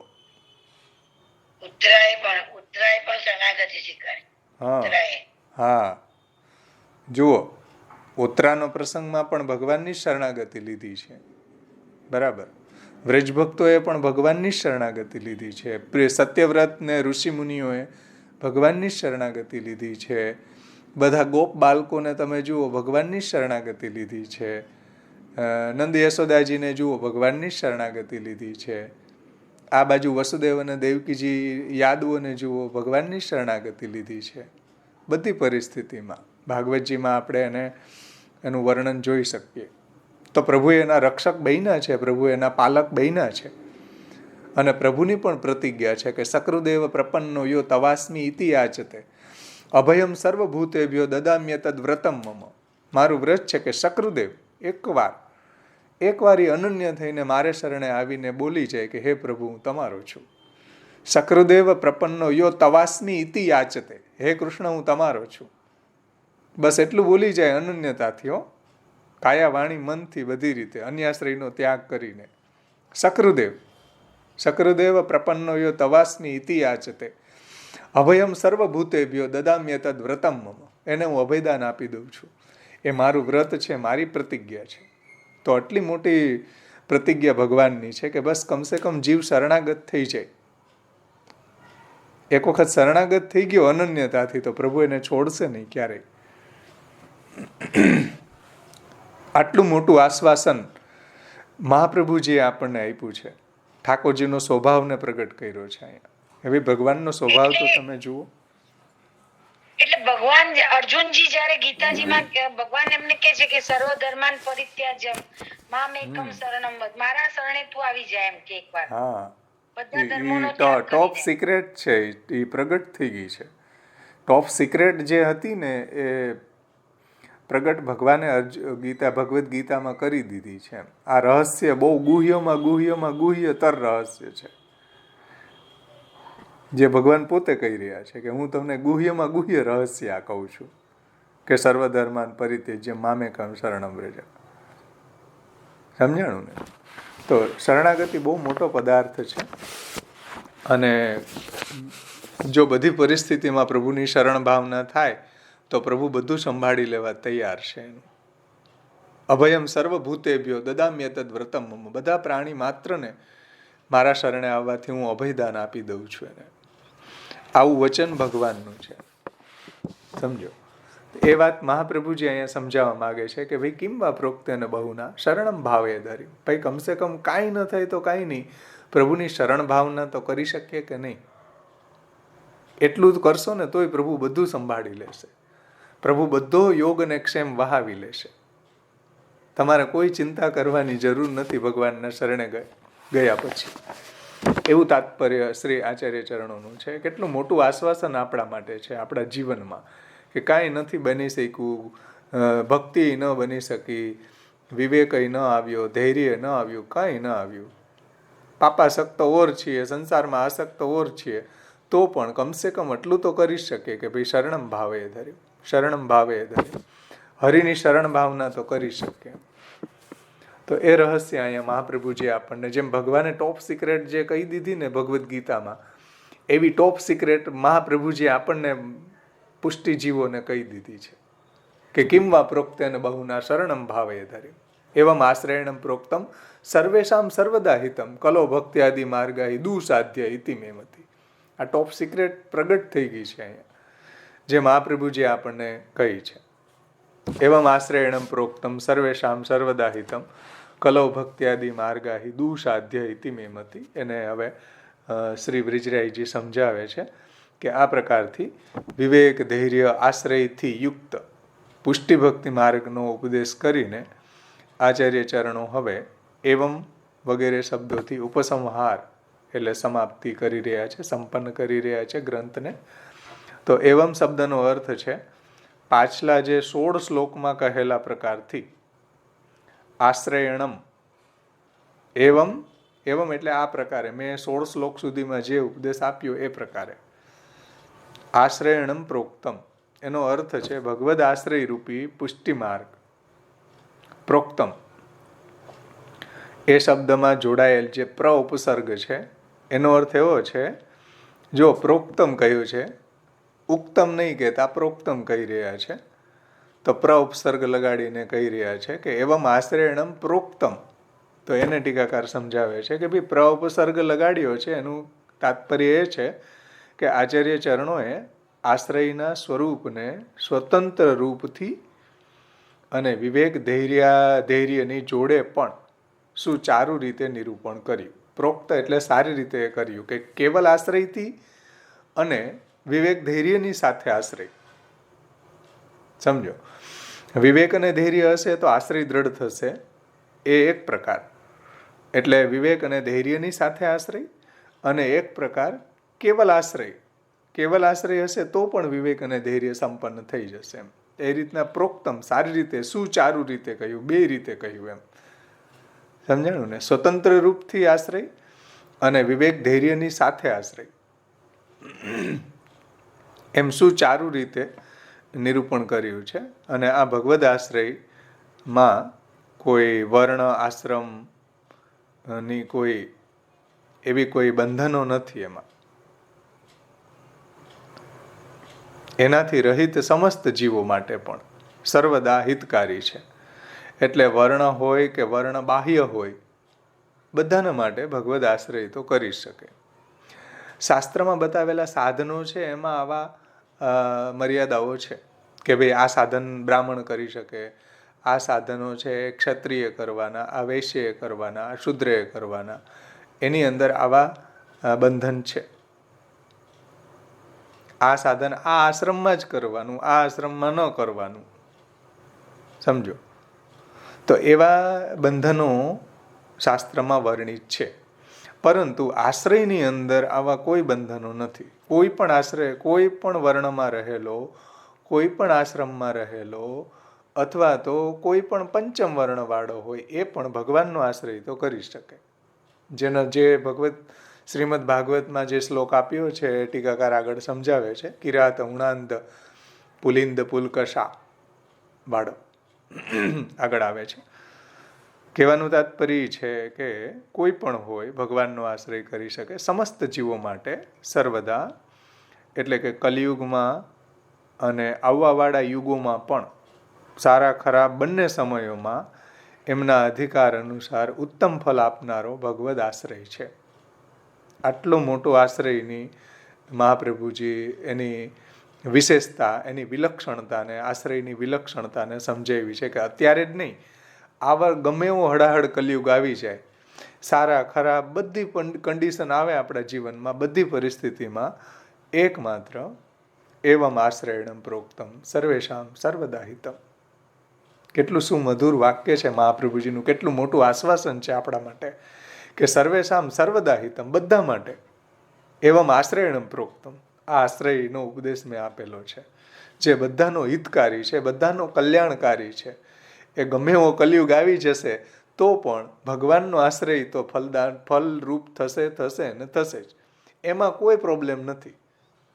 ધર્મીમાં કોઈ પ્રોબ્લેમ આવી નથી. ધર્મમાં પ્રોબ્લેમ ઘણી બધી આવી ગઈ છે, આવી ગઈ તો આવી ગઈ, પણ ધર્મીની અંદર હજી કોઈ પ્રોબ્લેમ નથી. એનો આશ્રય કરવામાં કોઈ પ્રોબ્લેમ નથી હજી. એ ફલદાન આપશે જ. ગમે એવો કલિયુગ આવી જશે તોય ફલદાન આપશે, એવું ટીકાકાર કહે છે. જુઓ છે ને, સર્વદા અસ્મિન યુગે યુગાંતરે ચ સંપાદય સંપદા આપતકાલે ચ હિતમ યથાધિકારમ ઉત્તમમ ફલમ જનકમ. ઉત્તમ ફલનો જનક છે ભાઈ આશ્રય. ગમે એવો યુગ આવી જશે તો પણ, સારા ખરાબ બધી પરિસ્થિતિમાં, આપણી ગમે એવી કન્ડિશન આવી જાય, એવમ આશ્રયણમ પ્રોક્તમ સર્વેશામ સર્વદા હિતમ. મહાપ્રભુજીનું બસ આ વાક્ય યાદ કરી લે ને તો એ આપણા હૃદયમાં શીતલતા વ્યાપી જાય. હજી બહુ સુંદર વ્રજરાયજી આગળ સમજાવે છે કે ભગવદ્ ગીતાની અંદર ભગવાન પણ આ આશ્વાસન આપે છે. મહાપ્રભુજી આપ્યું એટલું જ નહીં, ભગવાનના વચનોથી એને પુષ્ટ કરે છે. જુઓ કે હે અર્જુન, અનન્યતાથી જે મારા શરણે આવી જાય છે, મારા શરણાગત થઈને એ પરમ ગતિને પ્રાપ્ત કરે છે. કોઈ પણ હોય, મામહી પાર્થ વ્યપાશ્રિત્ય તે પીસ્યુ પાપયોનય સ્ત્રીઓ વૈશ્યો તથા શુદ્રો તે પિયાંતિ પરામ ગતિ. ભગવાન કહે છે ભગવદ્ ગીતામાં 9મો અધ્યાય 32મો શ્લોક કે મારા આશ્રિત જે છે, સ્ત્રી હોય, શુદ્ર હોય, મામહી પાર્થ વ્યપાશ્રિત તે પીસ્યું પાપીઓની વાળો હોય. સ્ત્રીઓ, શૂદ્રો તથા વૈશ્યો કોઈ બી હોય પરમ ગતિને પ્રાપ્ત કરે જ છે. એટલું જ નહીં, શ્રીમદ ભાગવતજીમાં પણ બીજો સ્કંદ 4 અધ્યાય 18મો શ્લોક, એમાં તો બધા પંચમ વર્ણ ગણાવ્યા છે. કિરાત, હુણાંદ્ર, પુલિંદ, પુલકશા, આભીર, કંકા, યવના, ખસાદયા, એન્ય ચ પાપા તદુપાશ્રયાશ્રયા શુદ્ધ્યંતિ તસ્મૈ પ્રભ વૈષ્ણવે નમઃ. સુખદેવજી કહે છે કે આ બધા પંચમ વર્ણ, યવન, ભીલ, પાપી, કિરાત, હુણાંદ્ર, પુલિંદ, પુલકસ, આભીર, કંક, યવન, ખસ, આ બધી પંચમ વર્ણ જાતિ ગણાવી. તો કિરાત, હુણ, આંધ્ર વગેરે નીચ જાતિઓ પણ જેમના શરણાગત ભક્તોનું જ શરણ ગ્રહણ કરવાથી પવિત્ર થઈ જાય છે. ભક્તોની શરણાગતિથી નહીં પવિત્ર થઈ જાય છે, ભક્તોનો સંગ કરવાથી નહીં પવિત્ર થઈ જાય છે. આવા હીન કે જેનો સ્પર્શ કરીને સ્નાન કરવું પડે એવા લોકો પણ ભગવદ આશ્રયથી શુદ્ધ થઈ જાય છે, ભગવાનની ગતિને પ્રાપ્ત કરી લે છે. તો એ શરણાગત ભક્તોનું પણ, જે ભગવાનના અનન્ય શરણાગત ભક્તોનું છે, એનું પણ જો એ શરણ ગ્રહણ કરે તો પણ એનું કલ્યાણ થાય છે. શુદ્ધ્યંતિ તસ્મૈ પ્રભ વૈષ્ણવે નમઃ. સુખદેવજી કહે છે તો પણ એ પવિત્ર થઈ જાય છે. તે ભગવાનને, એવા ભગવાનને નમસ્કાર હો. આ તો આપણે ભક્તોની વાત છે, પણ પેલા હંસ ને હંસલીની વાત છે, એમાં પણ પેલો વૈષ્ણવ એ વેશ ધારણ કરીને આવ્યો હતો ને એની પાંખનો સ્પર્શ થયો તો એ પણ વૈષ્ણવ બની ગયો ને. એટલે આ તો આપણે તો મનુષ્ય જાતિ છે, પણ પશુ પંખીમાં પણ એવું હોય છે એમ. બરાબર, હા બરાબર છે. એના સંસર્ગથી પણ એને ભક્તિ માર્ગમાં આવી જાય છે, એની શુદ્ધિ થઈ જાય છે, એનું અંતઃકરણ શુદ્ધ થઈ જાય છે. શુદ્ધ્યંતિ તસ્મૈ પ્રભ વૈષ્ણવે નમઃ.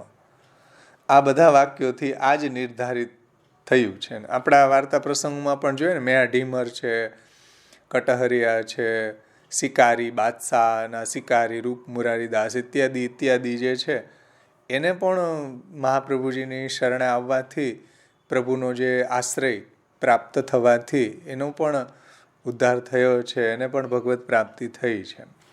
તો કેટલું મોટું આશ્વાસન છે મહાપ્રભુજીનું આપણા માટે કે કિમ વા પ્રોક્તેન બહુના શરણમ ભાવે ધરે એવમ આશ્રયણમ પ્રોક્તમ સર્વેશામ સર્વદા હિતમ.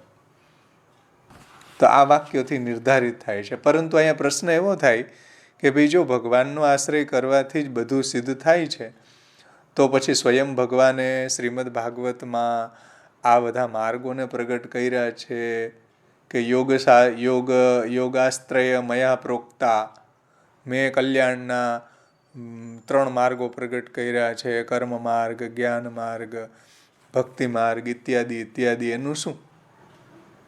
કોઈ એવો પ્રશ્ન કરે કે ભાઈ ભગવાનનો આશ્રય કરવાથી જ બધું સિદ્ધ થાય, તો પછી સ્વયં ભગવાને એકાદશ સ્કંધમાં 20મા અધ્યાયના 6ઠ્ઠા શ્લોકમાં એમ કહ્યું છે કે હે ઉદ્ધવ, મનુષ્યનું કલ્યાણ કરવા માટે મેં જ જ્ઞાનયોગ, કર્મયોગ અને ભક્તિયોગનો ઉપદેશ કર્યો છે, અને પરમ કલ્યાણ માટે આ 3 સિવાય બીજો કોઈ ઉપાય નથી. તો હવે શું કરવું? તો આ વાક્ય દ્વારા 3 યોગોને, એટલે કર્મયોગ, જ્ઞાન યોગ અને ભક્તિ યોગ, એ 3 યોગને સર્વશ્રેષ્ઠ ઉપાયો કેમ કહ્યા છે? અને તમે તો અહીંયા એમ કહો છો કે આશ્રયથી જ બધું સિદ્ધ થશે, તો આનું સમાધાન કેમ કરવું? તો એના જવાબમાં આપ શ્રી આ 3ને છોડીને અલગથી જ આશ્રય જ કરવાનું કેમ કહી રહ્યા છે? આ પ્રશ્ન છે, આ શંકા છે. એના જવાબમાં મહાપ્રભુજી કહે છે કે કલૌ ભક્ત્યાદિ માર્ગાહી. જો કલૌ કર્મ માર્ગ, જ્ઞાન માર્ગ, ભક્તિ માર્ગ, આદિ માર્ગાહી. આદિ શબ્દેને કર્મ, જ્ઞાન પણ અહીંયા સમજવું. એટલે જ મહાપ્રભુજી કહે છે કે કલૌ ભક્ત્યાદિ માર્ગાહી દુસાધ્યા ઇતિ મેમતિ વગેરે શબ્દોથી એનો જવાબ મહાપ્રભુજી આપે છે. તો અહીં એમ સમજી લો કે ઉપરયુક્ત 3 યોગો સાધનોની અપેક્ષા રાખે છે. કર્મ માર્ગ હોય કે જ્ઞાન માર્ગ હોય કે મર્યાદા ભક્તિ માર્ગ હોય, બધામાં સાધનોનું કમ્પ્લીટ રહેવું, કમ્પ્લીટ સાધન હોય તો જ ફલ મળે. જો સાધન કમ્પ્લીટ ન હોય તો ફલ ન મળે. સમજો? કર્મ માર્ગ હોય, જ્ઞાન માર્ગ હોય કે મર્યાદા ભક્તિ માર્ગ હોય, સાધન કમ્પ્લીટ જોઈએ. તો આ બધા માર્ગો જે છે એ સાધનની અપેક્ષા રાખે છે. તેથી એક કોટિની અંતર્ગત એને લેવામાં આવ્યા છે કે એક આ સાધન દ્વારા સિદ્ધ થતા 3 માર્ગો છે, એક કોટિ છે. એટલે કોટિ એટલે એક કક્ષા છે. એટલે કે કર્મયોગ કર્મની, જ્ઞાનયોગ જ્ઞાનની અને ભક્તિયોગ ભક્તિની તો અપેક્ષા રાખે જ છે. પરંતુ ભગવદ આશ્રયમાં આમાંથી કશાની જ અપેક્ષા નથી. ભક્તિ માર્ગની અંદર તો આવા કોઈ માર્ગની અપેક્ષા નથી. મહાપ્રભુજીને પૂછે છે ને કે કયો માર્ગ સૌથી શ્રેષ્ઠ, કર્મ માર્ગ, જ્ઞાન માર્ગ કે ભક્તિ માર્ગ? ત્યારે કે છે ને કે બધા માર્ગ શ્રેષ્ઠ, પણ એટલે જેને જે માર્ગ ઉચિત લાગે એના માટે એ શ્રેષ્ઠ એમ. પણ મને પૂછે તો કે ભક્તિ માર્ગ શ્રેષ્ઠ, એવી રીતના સમજાવે છે ને. પણ અહીંયા શરણાગતિની વાત છે, શરણાગતિને સમજાવવી છે. એવમ કલો ભક્ત્યાદિ માર્ગાહી દુસાધ્ય ઇતિ મેમતિ. આ બધા માર્ગો છે અત્યારે દુસાધ્ય થયા છે. એટલે ભગવાનની શરણાગતિ જ એક મોટો પદાર્થ છે. ભગવાનની શરણાગતિને ગ્લોરીફાય કરવું છે. એટલે આ સમજાવી રહ્યા છે કે કલો ભક્ત્યાદિ માર્ગાહી દુસાધ્ય. તો આદિ શબ્દથી શું લેવું? તો આદિ શબ્દથી કર્મ માર્ગ લેવો, જ્ઞાન માર્ગ લેવો. બધા માર્ગો અત્યારે બધા સાધનની ડિમાન્ડ રાખે છે, સાધનની અપેક્ષા રાખે છે. એટલે એને એક કક્ષામાં મૂકેલા છે. જેમ કર્મયોગ કર્મની અપેક્ષા રાખે છે, ઘણા બધા સાધનોની દેશકાલ દ્રવ્ય કરતા મંત્ર કર્મ શુદ્ધિની અપેક્ષા રાખે છે. જ્ઞાન માર્ગ છે તો વૈરાગ્યની અપેક્ષા રાખે છે. જ્ઞાનંચ સાધનાપેક્ષમ યજ્ઞાદિ શ્રવણાન્મતમ.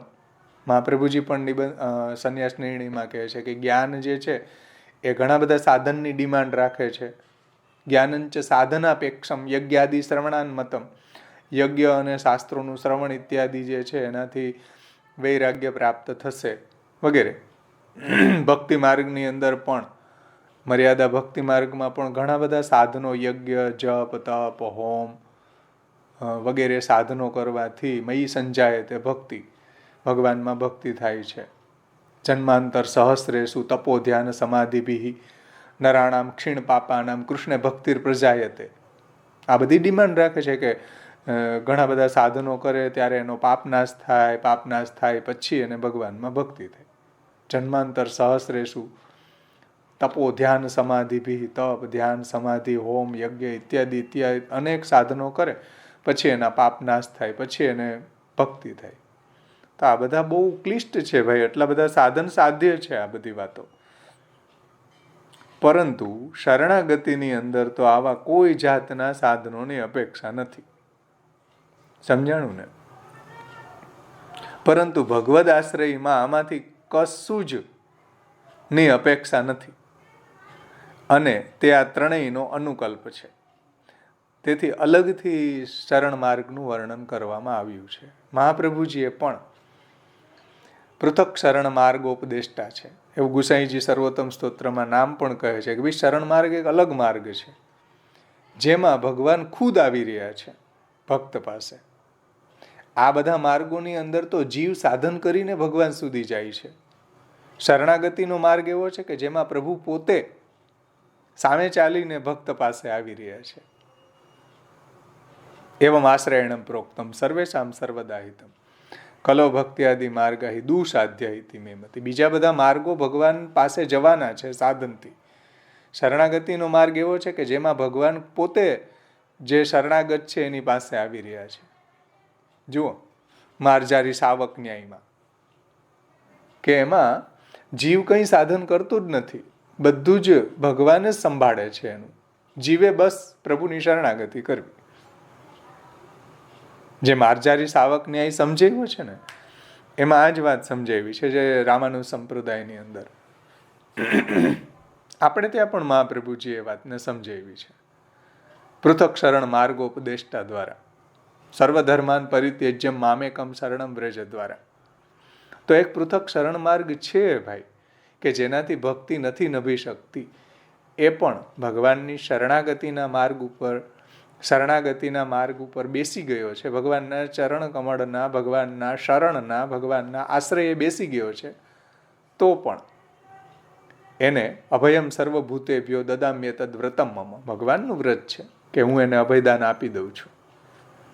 તો એ રહસ્ય મહાપ્રભુજી અહીંયા સમજાવવા માગે છે કે આચાર્ય ચરણો આજ્ઞા કરે છે કે ભાઈ ભગવાનના આ આશયને હું જાણું છું, ભગવાનના હૃદયને હું જાણું છું, કૃષ્ણ હાર્દવિત છું, એટલે આ રહસ્ય કહું છું. શ્રી કૃષ્ણ હાર્દવિત છું, ભગવાનના હૃદયને હું જાણું છું. જુઓ, ભગવાનના આશયને હું જાણું છું. જેટલો ભગવાનના હૃદયને મહાપ્રભુજી જાણે છે એટલો બીજું કોણ જાણે દુનિયામાં? કોઈનું સામર્થ્ય નથી. શ્રી કૃષ્ણ હાર્દવિત જેટલા મહાપ્રભુજી છે એટલું દુનિયામાં કોઈ નથી, કોઈ અવતારો પણ નથી. એવું અહીંયા બ્રજરાયજી કહે છે કે જેટલું હાર્દ પ્રભુનું આચાર્ય ચરણો જાણે છે એટલે તો મહાપ્રભુજીને પ્રભુએ આજ્ઞા કરી કે વાણ્યા યદા તદા સ્વાસ્યમ પ્રાદુર્ભૂતમ ચકારે. આ પુષ્ટિ ભક્તિ સંપ્રદાયને પ્રવર્તન કરવાની આજ્ઞા પ્રભુએ આચાર્ય ચરણોને આપી. કેમ કે જે લીલા મધ્યપાતી સ્વરૂપ છે, જે હંમેશા પ્રભુની સાથે રહેવાવાળું સ્વરૂપ છે, એ જ તો પ્રભુના આશયને જાણી શકે ને, બીજું કોણ જાણી શકે? સમજાણું ને? તો અહીંયા ટીકાકાર એમ કહે છે કે ભાઈ ભગવાનના હૃદયને તો મહાપ્રભુજી જ જાણે છે, કૃષ્ણ હાર્દવિત છે.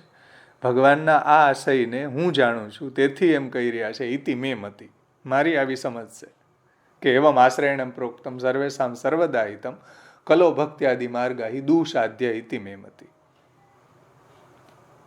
સમજો? એટલે મહાપ્રભુજી ગેરંટી આપે કે ઇતિ મે મતિ, મારી આવી સમજ છે. કેમ? કેમ કે કૃષ્ણ હાર્દવિત છે એટલે ઇતિ મે મતિ વદતી વલ્લભ શ્રી હરે. બધી જગ્યાએ જુઓ મહાપ્રભુજી આ આશ્વાસન આપણને આપે છે કે આ મારી સમજ છે, મારું માનવું આવું છે, અને આ રીતે જો તમે પણ ચાલશો તો તમને પણ આ રીતના ફલ સિદ્ધિ થશે જ. તો મેં મતિ કહી રહ્યા છે, અર્થાત આચાર્ય ચરણો કહી રહ્યા છે કે ભાઈ ભગવાને એકાદશ સ્કંધમાં 3 જે માર્ગો બતાવ્યા છે, કર્મયોગ, જ્ઞાન યોગ, ભક્તિ યોગ, એ યોગની વાત કયા આશયથી કહી છે, અને બીજે અનન્ય શરણાગતિની જે વાત કરી છે એ કયા આશયથી કહી છે? તો તેઓ જાણે છે, મહાપ્રભુજી જાણે છે ભગવાનના હૃદયને, એટલા માટે ઇતિ મે મતિ એવું આચાર્ય ચરણો કહે છે. અર્થાત મારો મત આવો છે, મારી સમજ આવી છે એમ કહી રહ્યા છે. તેથી મહાપ્રભુજી આજ્ઞા કરે છે કે આ ગ્રંથમાં કહેલા ઉપદેશને મારી આજ્ઞા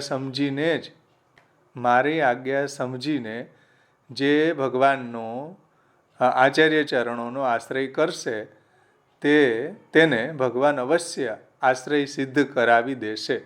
પ્રભુ એના આશ્રય બનશે, પ્રભુ એને આશ્રયનું દાન કરશે.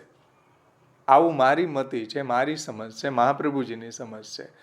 એટલે મહાપ્રભુજીની આજ્ઞા પ્રમાણે જો કોઈ ચાલશે તો પ્રભુ એને આશ્રયનું દાન કરશે. હવે નારદજી જેવા મર્યાદા ભક્તોની જે વરદાન હતું, એ વરદાનનું પાલન કરવા માટે ભક્ત વાક્ય પરિપાલક ભગવાન બનીને નલકુબેરના મણિગ્રીવનો ઉદ્ધાર કર્યો કે નહીં?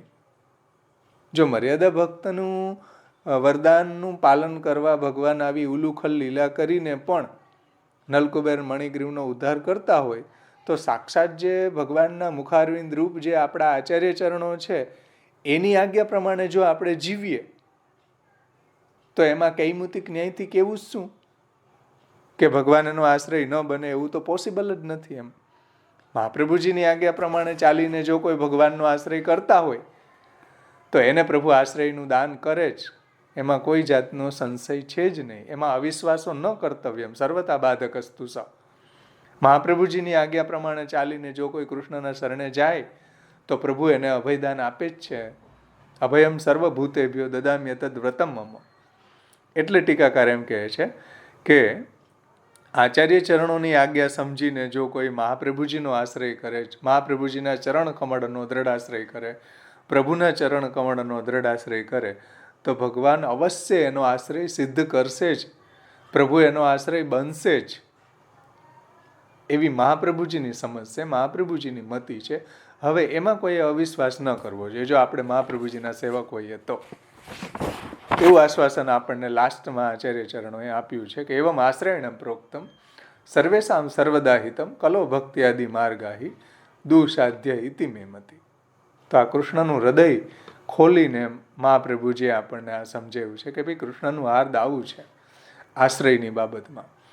એટલે આપણે જો મહાપ્રભુજીની આજ્ઞા માનીને મહાપ્રભુજીની આજ્ઞા પ્રમાણે પ્રભુનો જો આશ્રય સ્વીકારશું તો પ્રભુ પણ આપણો આશ્રય બનશે, આપણને આશ્રયનું દાન કરશે એવી ગેરંટી મહાપ્રભુજી પોતે લઈ રહ્યા છે. તો અહીંયા આપણો આ વિવેક ધૈર્યાશ્રય શ્રી મહાપ્રભુજીની કૃપાથી સંપન્ન થયો. કંઈ અન્યથા વ્યાખ્યાન થયું હોય તો શ્રી આચાર્ય ચરણો અને આ બધા ટીકાકારો ક્ષમા કરે. અહીંયા સુધીમાં કોઈને કંઈ પ્રશ્ન હોય તો આપણે એની ચર્ચા કરીએ, નહીતર જે હા બોલો. તમે જે શરણાગતિના દ્રષ્ટાંતો આપ્યા એમાં બે ઉમેરી શકાય.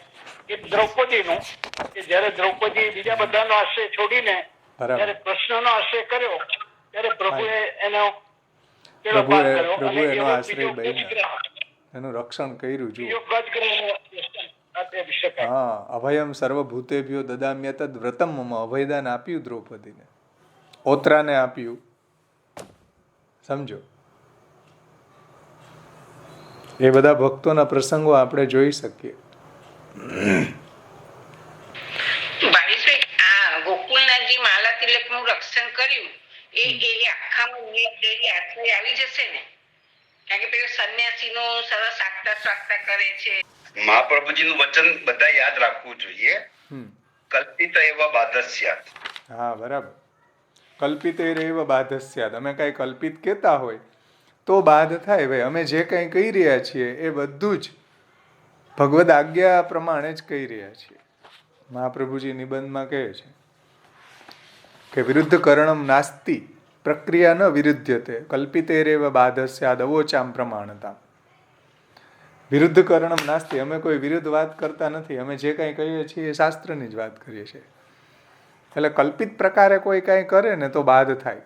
એટલે હરિરાયજીએ પણ શિક્ષાપત્રમાં આજ્ઞા કરી છે કે ન કલ્પિત પ્રકારેણ શ્રીમદાચાર્ય માર્ગેણ નાન્ય નાપી કદાચનમ. જુઓ હરિરાયજી શું કહે છે કે ન ભગવત સેવાની બાબતમાં કહે છે કે ન ફલાર્થમ ન ભોગાર્થમ ન પ્રતિષ્ઠા પ્રસિદ્ધયે શ્રીમદાચાર્ય માર્ગેણ ન કલ્પિત પ્રકારેણ. મહાપ્રભુજીએ જે આજ્ઞા કરી એ જ રીતે ચાલવું જોઈએ. કલ્પિત પ્રકારે ક્યારેય ચાલવું નહીં. મનગઢંત રીતે ન ચાલવું. કલ્પિત પ્રકાર ન કરવો. ન કલ્પિત પ્રકારેણ શ્રીમદાચાર્ય માર્ગેણ નાન્ય નાપી કદાચન ન દુર્વાસના સમન્વયાત. શિક્ષાપત્ર જુઓ, યાદ કરો. કલ્પિત પ્રકારે નહીં, શ્રીમદાચાર્ય માર્ગેણ, શ્રી મહાપ્રભુજીએ જે રીતે આજ્ઞા કરી એ જ માર્ગ ઉપર ચાલવું છે. ભલે થોડું ચાલો, ભલે 2 ડગલા ચાલો, પણ મહાપ્રભુજીની આજ્ઞા પ્રમાણે ચાલો.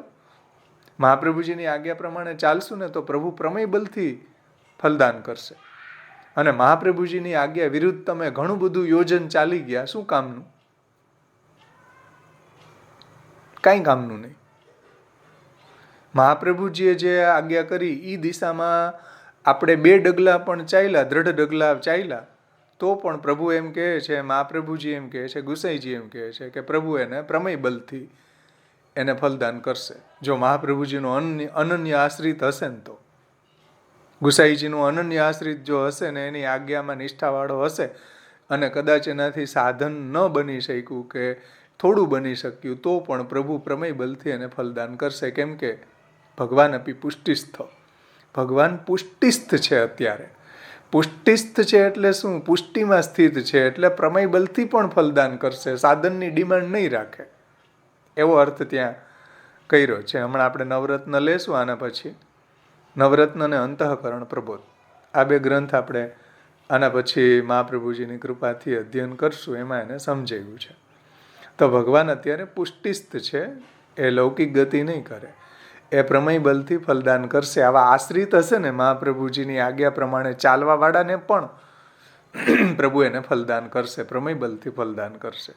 એનાથી કોઈ મર્યાદા માર્ગ જેવું વૈરાગ્ય સિદ્ધ ન થયું, એનાથી કોઈ સાધન ન બની શક્યા ભગવદ્ ભજનના અંતર્ગત, તો પણ પ્રભુ એની ઉપર અનુગ્રહ કરીને ફલદાન કરશે. કેમ કે મહાપ્રભુજી દ્વારા અંગીકૃત જીવ છે, એટલા માટે.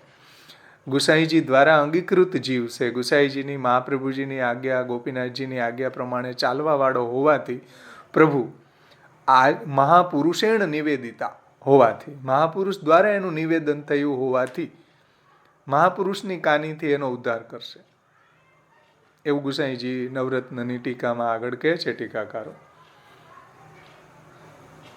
એટલે કલ્પિત પ્રકાર ક્યારેય નહીં કરવો. બરાબર, સાચી વાત છે. કલ્પિત પ્રકારે ન ચાલવું ભાઈ. તસ્માત શાસ્ત્રમ પ્રમાણમ તે કાર્ય વ્યવસ્થિત જ્ઞાત્વા શાસ્ત્રમ વિધાનોક્તમ કર્મ કર્તુમ ઇહ અર્હસી. ભગવાન પોતે ભગવદ્ ગીતામાં કહે છે કે શું કરવું અને શું ન કરવું એમાં શાસ્ત્ર જ પ્રમાણ છે. તસ્માત શાસ્ત્રમ પ્રમાણમ તે કાર્ય વ્યવસ્થિત. શું કરવું અને શું ન કરવું એમાં શાસ્ત્રની આજ્ઞાને કન્સલ્ટ કરો, શાસ્ત્રને સમજો. આ બહુ જરૂરી છે. તમે એમ કહો કે હવે તો અમને આવું ઈચ્છા થઈ, અમારું અંતઃકરણ આવું કહેતું હતું, અમને અમારા અંતઃકરણમાં આવું વિચાર આવતો હતો એટલે અમે આમ કર્યું, ન ચાલે. શું ભાઈ અંતઃકરણનો ભરોસો? કાલ પૂતો અંતરાત્મા મારે હતી, તમને મારશે કાલથી પ્રેરાયેલો અંતરાત્મા. ભક્તિ પૂતો અંતરાત્મા જ્યારે બનશે ત્યારે એ તારે હતી. મહાપ્રભુજી તૃતીય સ્કંદમાં સુબોધનીજીમાં કહે છે કે અંતર્યામીનો ભરોસો ન કરવો. કાલથી પ્રેરાયેલો અંતરાત્મા તમને મારશે, પણ જ્યારે અંતરાત્માને તમે ભક્તિની પાકી અપરસ કરાવી દો, પછી તમને રોંગ આજ્ઞા નહીં કરે, પછી સાચી દિશામાં આજ્ઞા કરશે. જ્યારે ભક્તિથી એને નવડાવી દેવામાં આવે ત્યાં સુધી તો તસ્માત શાસ્ત્રમ પ્રમાણમ તે કાર્ય વ્યવસ્થિત ઇતિ મે મતિ કલો ભક્ત્યાદિ માર્ગા દુસાધ્ય ઇતિ મે મતિ. મહાપ્રભુજી જે આજ્ઞા કરે એ પ્રમાણે આપણે ચાલવું છે. મનગઢંત રીતે ન ચલાય, કલ્પિત પ્રકારે ન ચલાય. શ્રીમદાચાર્ય માર્ગેણ નાન્ય નાપી કદાચન. મહાપ્રભુજીની આજ્ઞા પ્રમાણે જ ચલાય. નાન્ય નાપી કદાચનમ, ક્યારેય પણ અવળું ન ચલાય, બીજી રીતે ન ચલાય. મહાપ્રભુજીની આજ્ઞા વિરુદ્ધ ન ચલાય, એવું હરિરાયજી કહે છે. નાન્ય નાપી કદાચનમ કહીને લોક કરી દે છે, લોક કિયા જાય, બીજો કોઈ ઉપાય જ નથી. શ્રીમદાચાર્ય માર્ગેણ, શ્રી મહાપ્રભુજીએ બતાવેલી ઉપદિષ્ટ પ્રણાલી પ્રમાણે જ ચાલવું જોઈએ. નાન્ય નાપી કદાચનમ, એનાથી લોક કરી દે છે, આ જ રીતે ચલાય, બીજી રીતે ન ચલાય, તો જ એ પુષ્ટિ સંપ્રદાય આપણે કહેવાય. નહીંતર પુષ્ટિ સંપ્રદાય ન કહેવાય. મહાપ્રભુજીની આજ્ઞા પ્રમાણે ન ચાલીએ તો આપણે પુષ્ટિ માર્ગી કે પુષ્ટિ સાંપ્રદાયી કહેવાને લાયક જ નથી રહેતા પછી તો.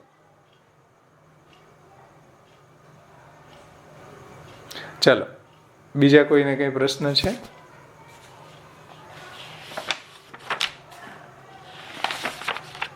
ભાવેશભાઈ, પ્રશ્ન નથી પણ એક વાત પૂછવી હતી કે આ બધા ગ્રંથો તો અમે તમારી પાસેથી ભણીએ છીએ, પણ પછી શું થાય છે કે ભણીએ છીએ ટીકાકારો પાસેથી. હા, એટલે મહાપ્રભુજીની કૃપાથી જે થોડું ઘણું સમજણમાં પણ આવે છે, પણ પછી છે ને શું થાય છે કે થોડા દિવસ પછી ભૂલી જવાય છે. તો એટલે મને એવો વિચાર આવ્યો કે તમે જો એક્ઝામ લો તો કેવું કે અમને થોડું કમ્પલસરી થઈ જાય કે ના અમે 3-4 વાર થોડું ભણીએ. જો તમે જેને આપી હોય આપે, એટલે કેવું કે એક્ઝામ હોય ને તો અમને થોડું કમ્પલ્શન આવી જાય કે થોડુંક વાંચીએ, થોડું એક વાર નહીં પણ થોડું 4-5 વાર વાંચીએ અને યાદ રાખવાની કોશિશ કરીએ. એટલે કે પછી આ બધું છે ને ભૂલી જવાય છે. એટલા માટે એક એવું મારું વિચાર હતો, તમે અગ્રી થાવ તો. સાચી વાત છે. અમારે જે ક્લાસીસમાં બધી કોઈ બી ગ્રંથ ચાલે એની ટેસ્ટ હોય. હમણાં અમારું શાસ્ત્રાર્થ પ્રકરણ પૂરું થયું તો શાસ્ત્રાર્થ પ્રકરણના બધા પ્રકરણો એક્સપ્લેન કર્યા બધાએ. સત પ્રકરણ, ચિત્ત પ્રકરણ, બ્રહ્મ પ્રકરણ, પરમત નિરાકરણ પ્રકરણ, ઉપસંહાર પ્રકરણ. એની પહેલાં પછી સર્વનિર્ણય ચાલ્યું હતું. તો જેટલા બી ચેપ્ટર્સ છે બધાની ટેસ્ટ, બધાની પ્રશ્નોત્તરી, ક્વેશ્ચન આન્સર અમે રાખ્યા હતા. એમ શા માટે? કેમ કે ગ્રંથ હૃદયારૂઢ થાય. આ બહુ જરૂરી છે ને તમારી વાતમાં હું એગ્રી છું, સાચી વાત છે કે અત્યારે તો આપણે વિવેક ધૈર્યાશ્રયનું અધ્યયન મહાપ્રભુજીની કૃપાથી, આપણા ટીકાકારોની કૃપાથી આપણે કર્યું યથા અધિકાર.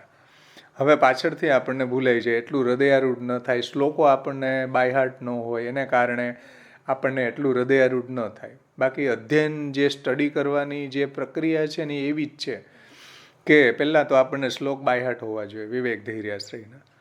પછી જ્યારે આપણે અધ્યયન કરીએ ને ત્યારે એનો અન્વય આપણને સમજમાં આવે કે ભાઈ એક ભલે આપણને પર્ટિક્યુલર એક એક શબ્દનો અન્વય કદાચ આગળ યાદ ન રહે, પણ શ્લોકનું સેન્ટ્રલ આઈડિયા તો સમજમાં આવવો જ જોઈએ અને એ યાદ આપણને રહેવો જ જોઈએ અને રહી જાય જો આપણે એ રીતે અધ્યયન કર્યું હોય તો આપણા હૃદયમાં મહાપ્રભુજીનો જે મેસેજ છે, જે મહાપ્રભુજીની વાણી છે, હંમેશા એ પડી રહે, એમાં બિરાજમાન રહે.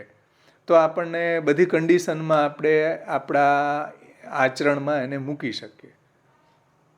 ભૂલાઈ જાય તો પછી આપણે એ પછી જે કન્ડિશન ઊભી થાય તે વખતે જ યાદ ન આવે. પણ જો આપણે એનો પાઠ કરતા હોઈએ તો આપણને એ વખતે યાદ આવે કે ભાઈ મહાપ્રભુજીએ આપણને આવી આજ્ઞા કરી, તો આપણે એને તરત જ ટેકલ કરી શકીએ. બધી કન્ડિશનમાં આપણે મહાપ્રભુજીની આજ્ઞા પ્રમાણે રહેવાનું આપણે આગ્રહ રાખી શકીએ એમ. અને ભૂલી જાય તો પછી તે વખતે જેમ કર્ણને જ્યારે જરૂર હતી ત્યારે જ વિદ્યા ભૂલી ગયા, તો એ શ્રાપ લાગી ગયો તો વિદ્યા ભૂલાઈ જાય.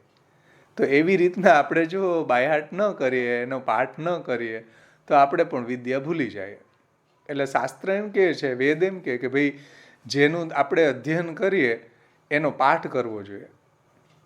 એની 5 આવર્તન જરૂરી છે. એટલે એનું જે અધ્યયનનો પ્રકાર શાસ્ત્ર એ રીતે બતાવે કે એનો સ્વીકાર, વિચાર, સ્વાધ્યાય, જપ અને તદ્દાનમ ચૈવ અન્યભ્યો. આ 5 પ્રક્રિયાની અંદરથી આપણે જ્યારે પસાર થઈએ ત્યારે અધ્યયન થયું કહેવાય. એટલે સ્વીકાર, પહેલાં તો એ ગ્રંથને આપણે ઘરમાં વસાવવું. જે ગ્રંથ આપણે અધ્યયન કરી રહ્યા છીએ એને પહેલાં આપણા ઘરમાં પધરાવીએ. આપણે બીજું ઘણું બધું પધરાવીએ છીએ, કેટલું બધું પધરાવીએ, બિનજરૂરી પધરાવીએ. જોકે એને પધરાવીએ એમ ન કહેવાય, લઈ આવીએ.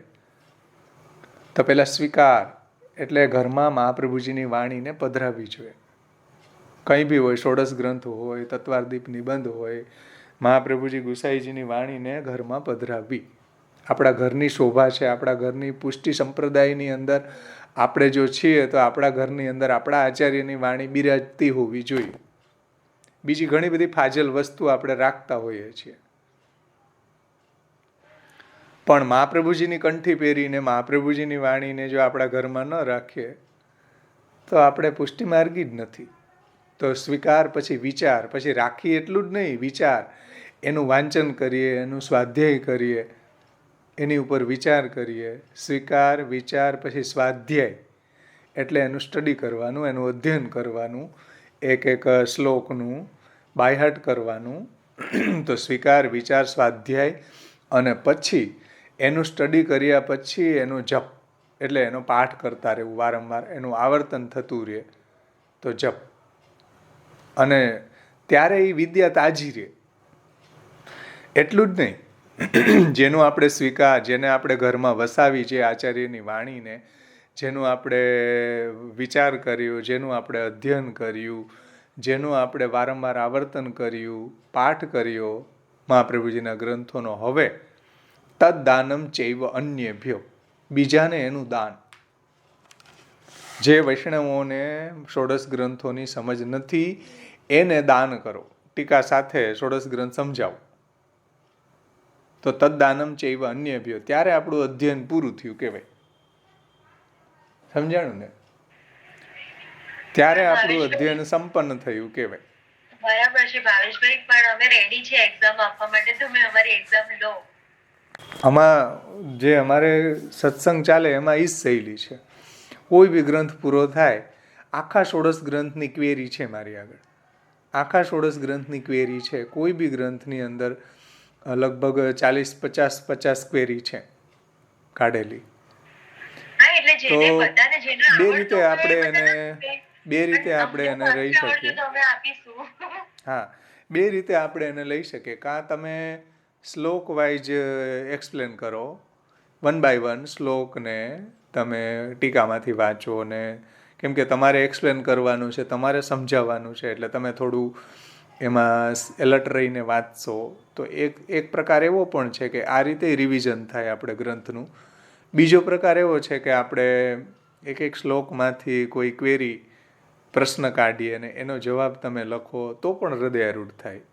બે રીતના શૈલી છે. અત્યારે હવે ક્વેશ્ચન કાઢવા એ તો થોડું મુશ્કેલ છે, પણ તમે જે ગ્રંથ આપણો ચાલ્યો એને તમે થોડું એક્સપ્લેન કરો તો આપણે ફરીથી, મને પણ શ્રવણ ભક્તિ થાય ને તમને પણ એનું સ્ટડી કરવાથી હૃદયારૂઢ થશે ગ્રંથ. અને તમે શ્લોકને બાયહાટ કરવાનો પ્રયત્ન કરો, વારંવાર પાઠ કરો વિવેક ધૈર્યાશ્રયનો, અન્વય સાથે એને સમજીએ તોય હૃદયારૂઢ થાય. એમાં શું હોય કે બીજી એક પ્રોબ્લેમ એ છે કે હવે અમારે તો 3-3 કલાકના હોય ક્લાસીસ, 3:30 થી 6:30, તો ઘણું બધું કવર થાય મહાપ્રભુજીની કૃપાથી. હવે 1.5 કલાક ને 2 કલાકમાં આપણે સામાન્ય ક્વેરી કરી શકીએ. કોઈ એટલું બધું વિસ્તારથી કરવા જાય તો પાછા 3-4 ક્લાસીસ, 3-4 આપણા બુધવાર થઈ શકે. તમે વિચારી લેજો જેમ તમને ઓપ્શનલ ક્વેશ્ચન્સ હોય ને કે જેમાં ટિક કરવાના હોય. કરીએ. અહીં સુધી આપણે રાખીએ. આપણો પ્રશ્ન આવતે વખતે લેશું. થોડું તમે વિચારજો. પ્રશ્ન ફરીથી કહી દઉં કે દુઃખહાનો તથા પાપે ભયે કામાદ્ય પૂર્ણે. તો દુઃખ આવી પડે તો હરિની શરણ ભાવના કરવી. પાપાચરણ થઈ જાય, કામનાની પૂર્તિ ન થતી હોય ત્યારે ભય આવી પડે. તો આવી રીતના જ્યારે આ શરણ ભાવનાની વાત આવે તો શરણાગતિ તો સાધન થઈ ગઈ અને કામનાની પૂર્તિ ફલ થઈ ગયું. આ તો આપણે ત્યાં તો સાવ એલાવ જ નથી પુષ્ટિ સંપ્રદાયમાં. અથવા તો દુઃખ આવી પડે, શરણ ભાવના કરો તો એ સકામતા ન આવી જાય. આ પ્રશ્ન આપણો હતો જેની ચર્ચા આપણે આવતે વખતે કરશું. અત્યારે સમય થઈ ગયો છે તો આપણે સમાપન કરીએ અને તમે બધા 17 વૈષ્ણવ તૈયાર થઈ જાઓ. એક શ્લોક બધા એક્સપ્લેન કરી દો ટીકા સાથે, તો આપણો વિવેક ધૈર્યાશ્રય તમને પણ મહાપ્રભુજીની કૃપાથી હૃદયારૂઢ થઈ જાય, મને પણ શ્રવણ ભક્તિ કરવાથી હૃદયારૂઢ થશે. તો એવું આપણે આવતે વખતેથી એ રીતે લેશું.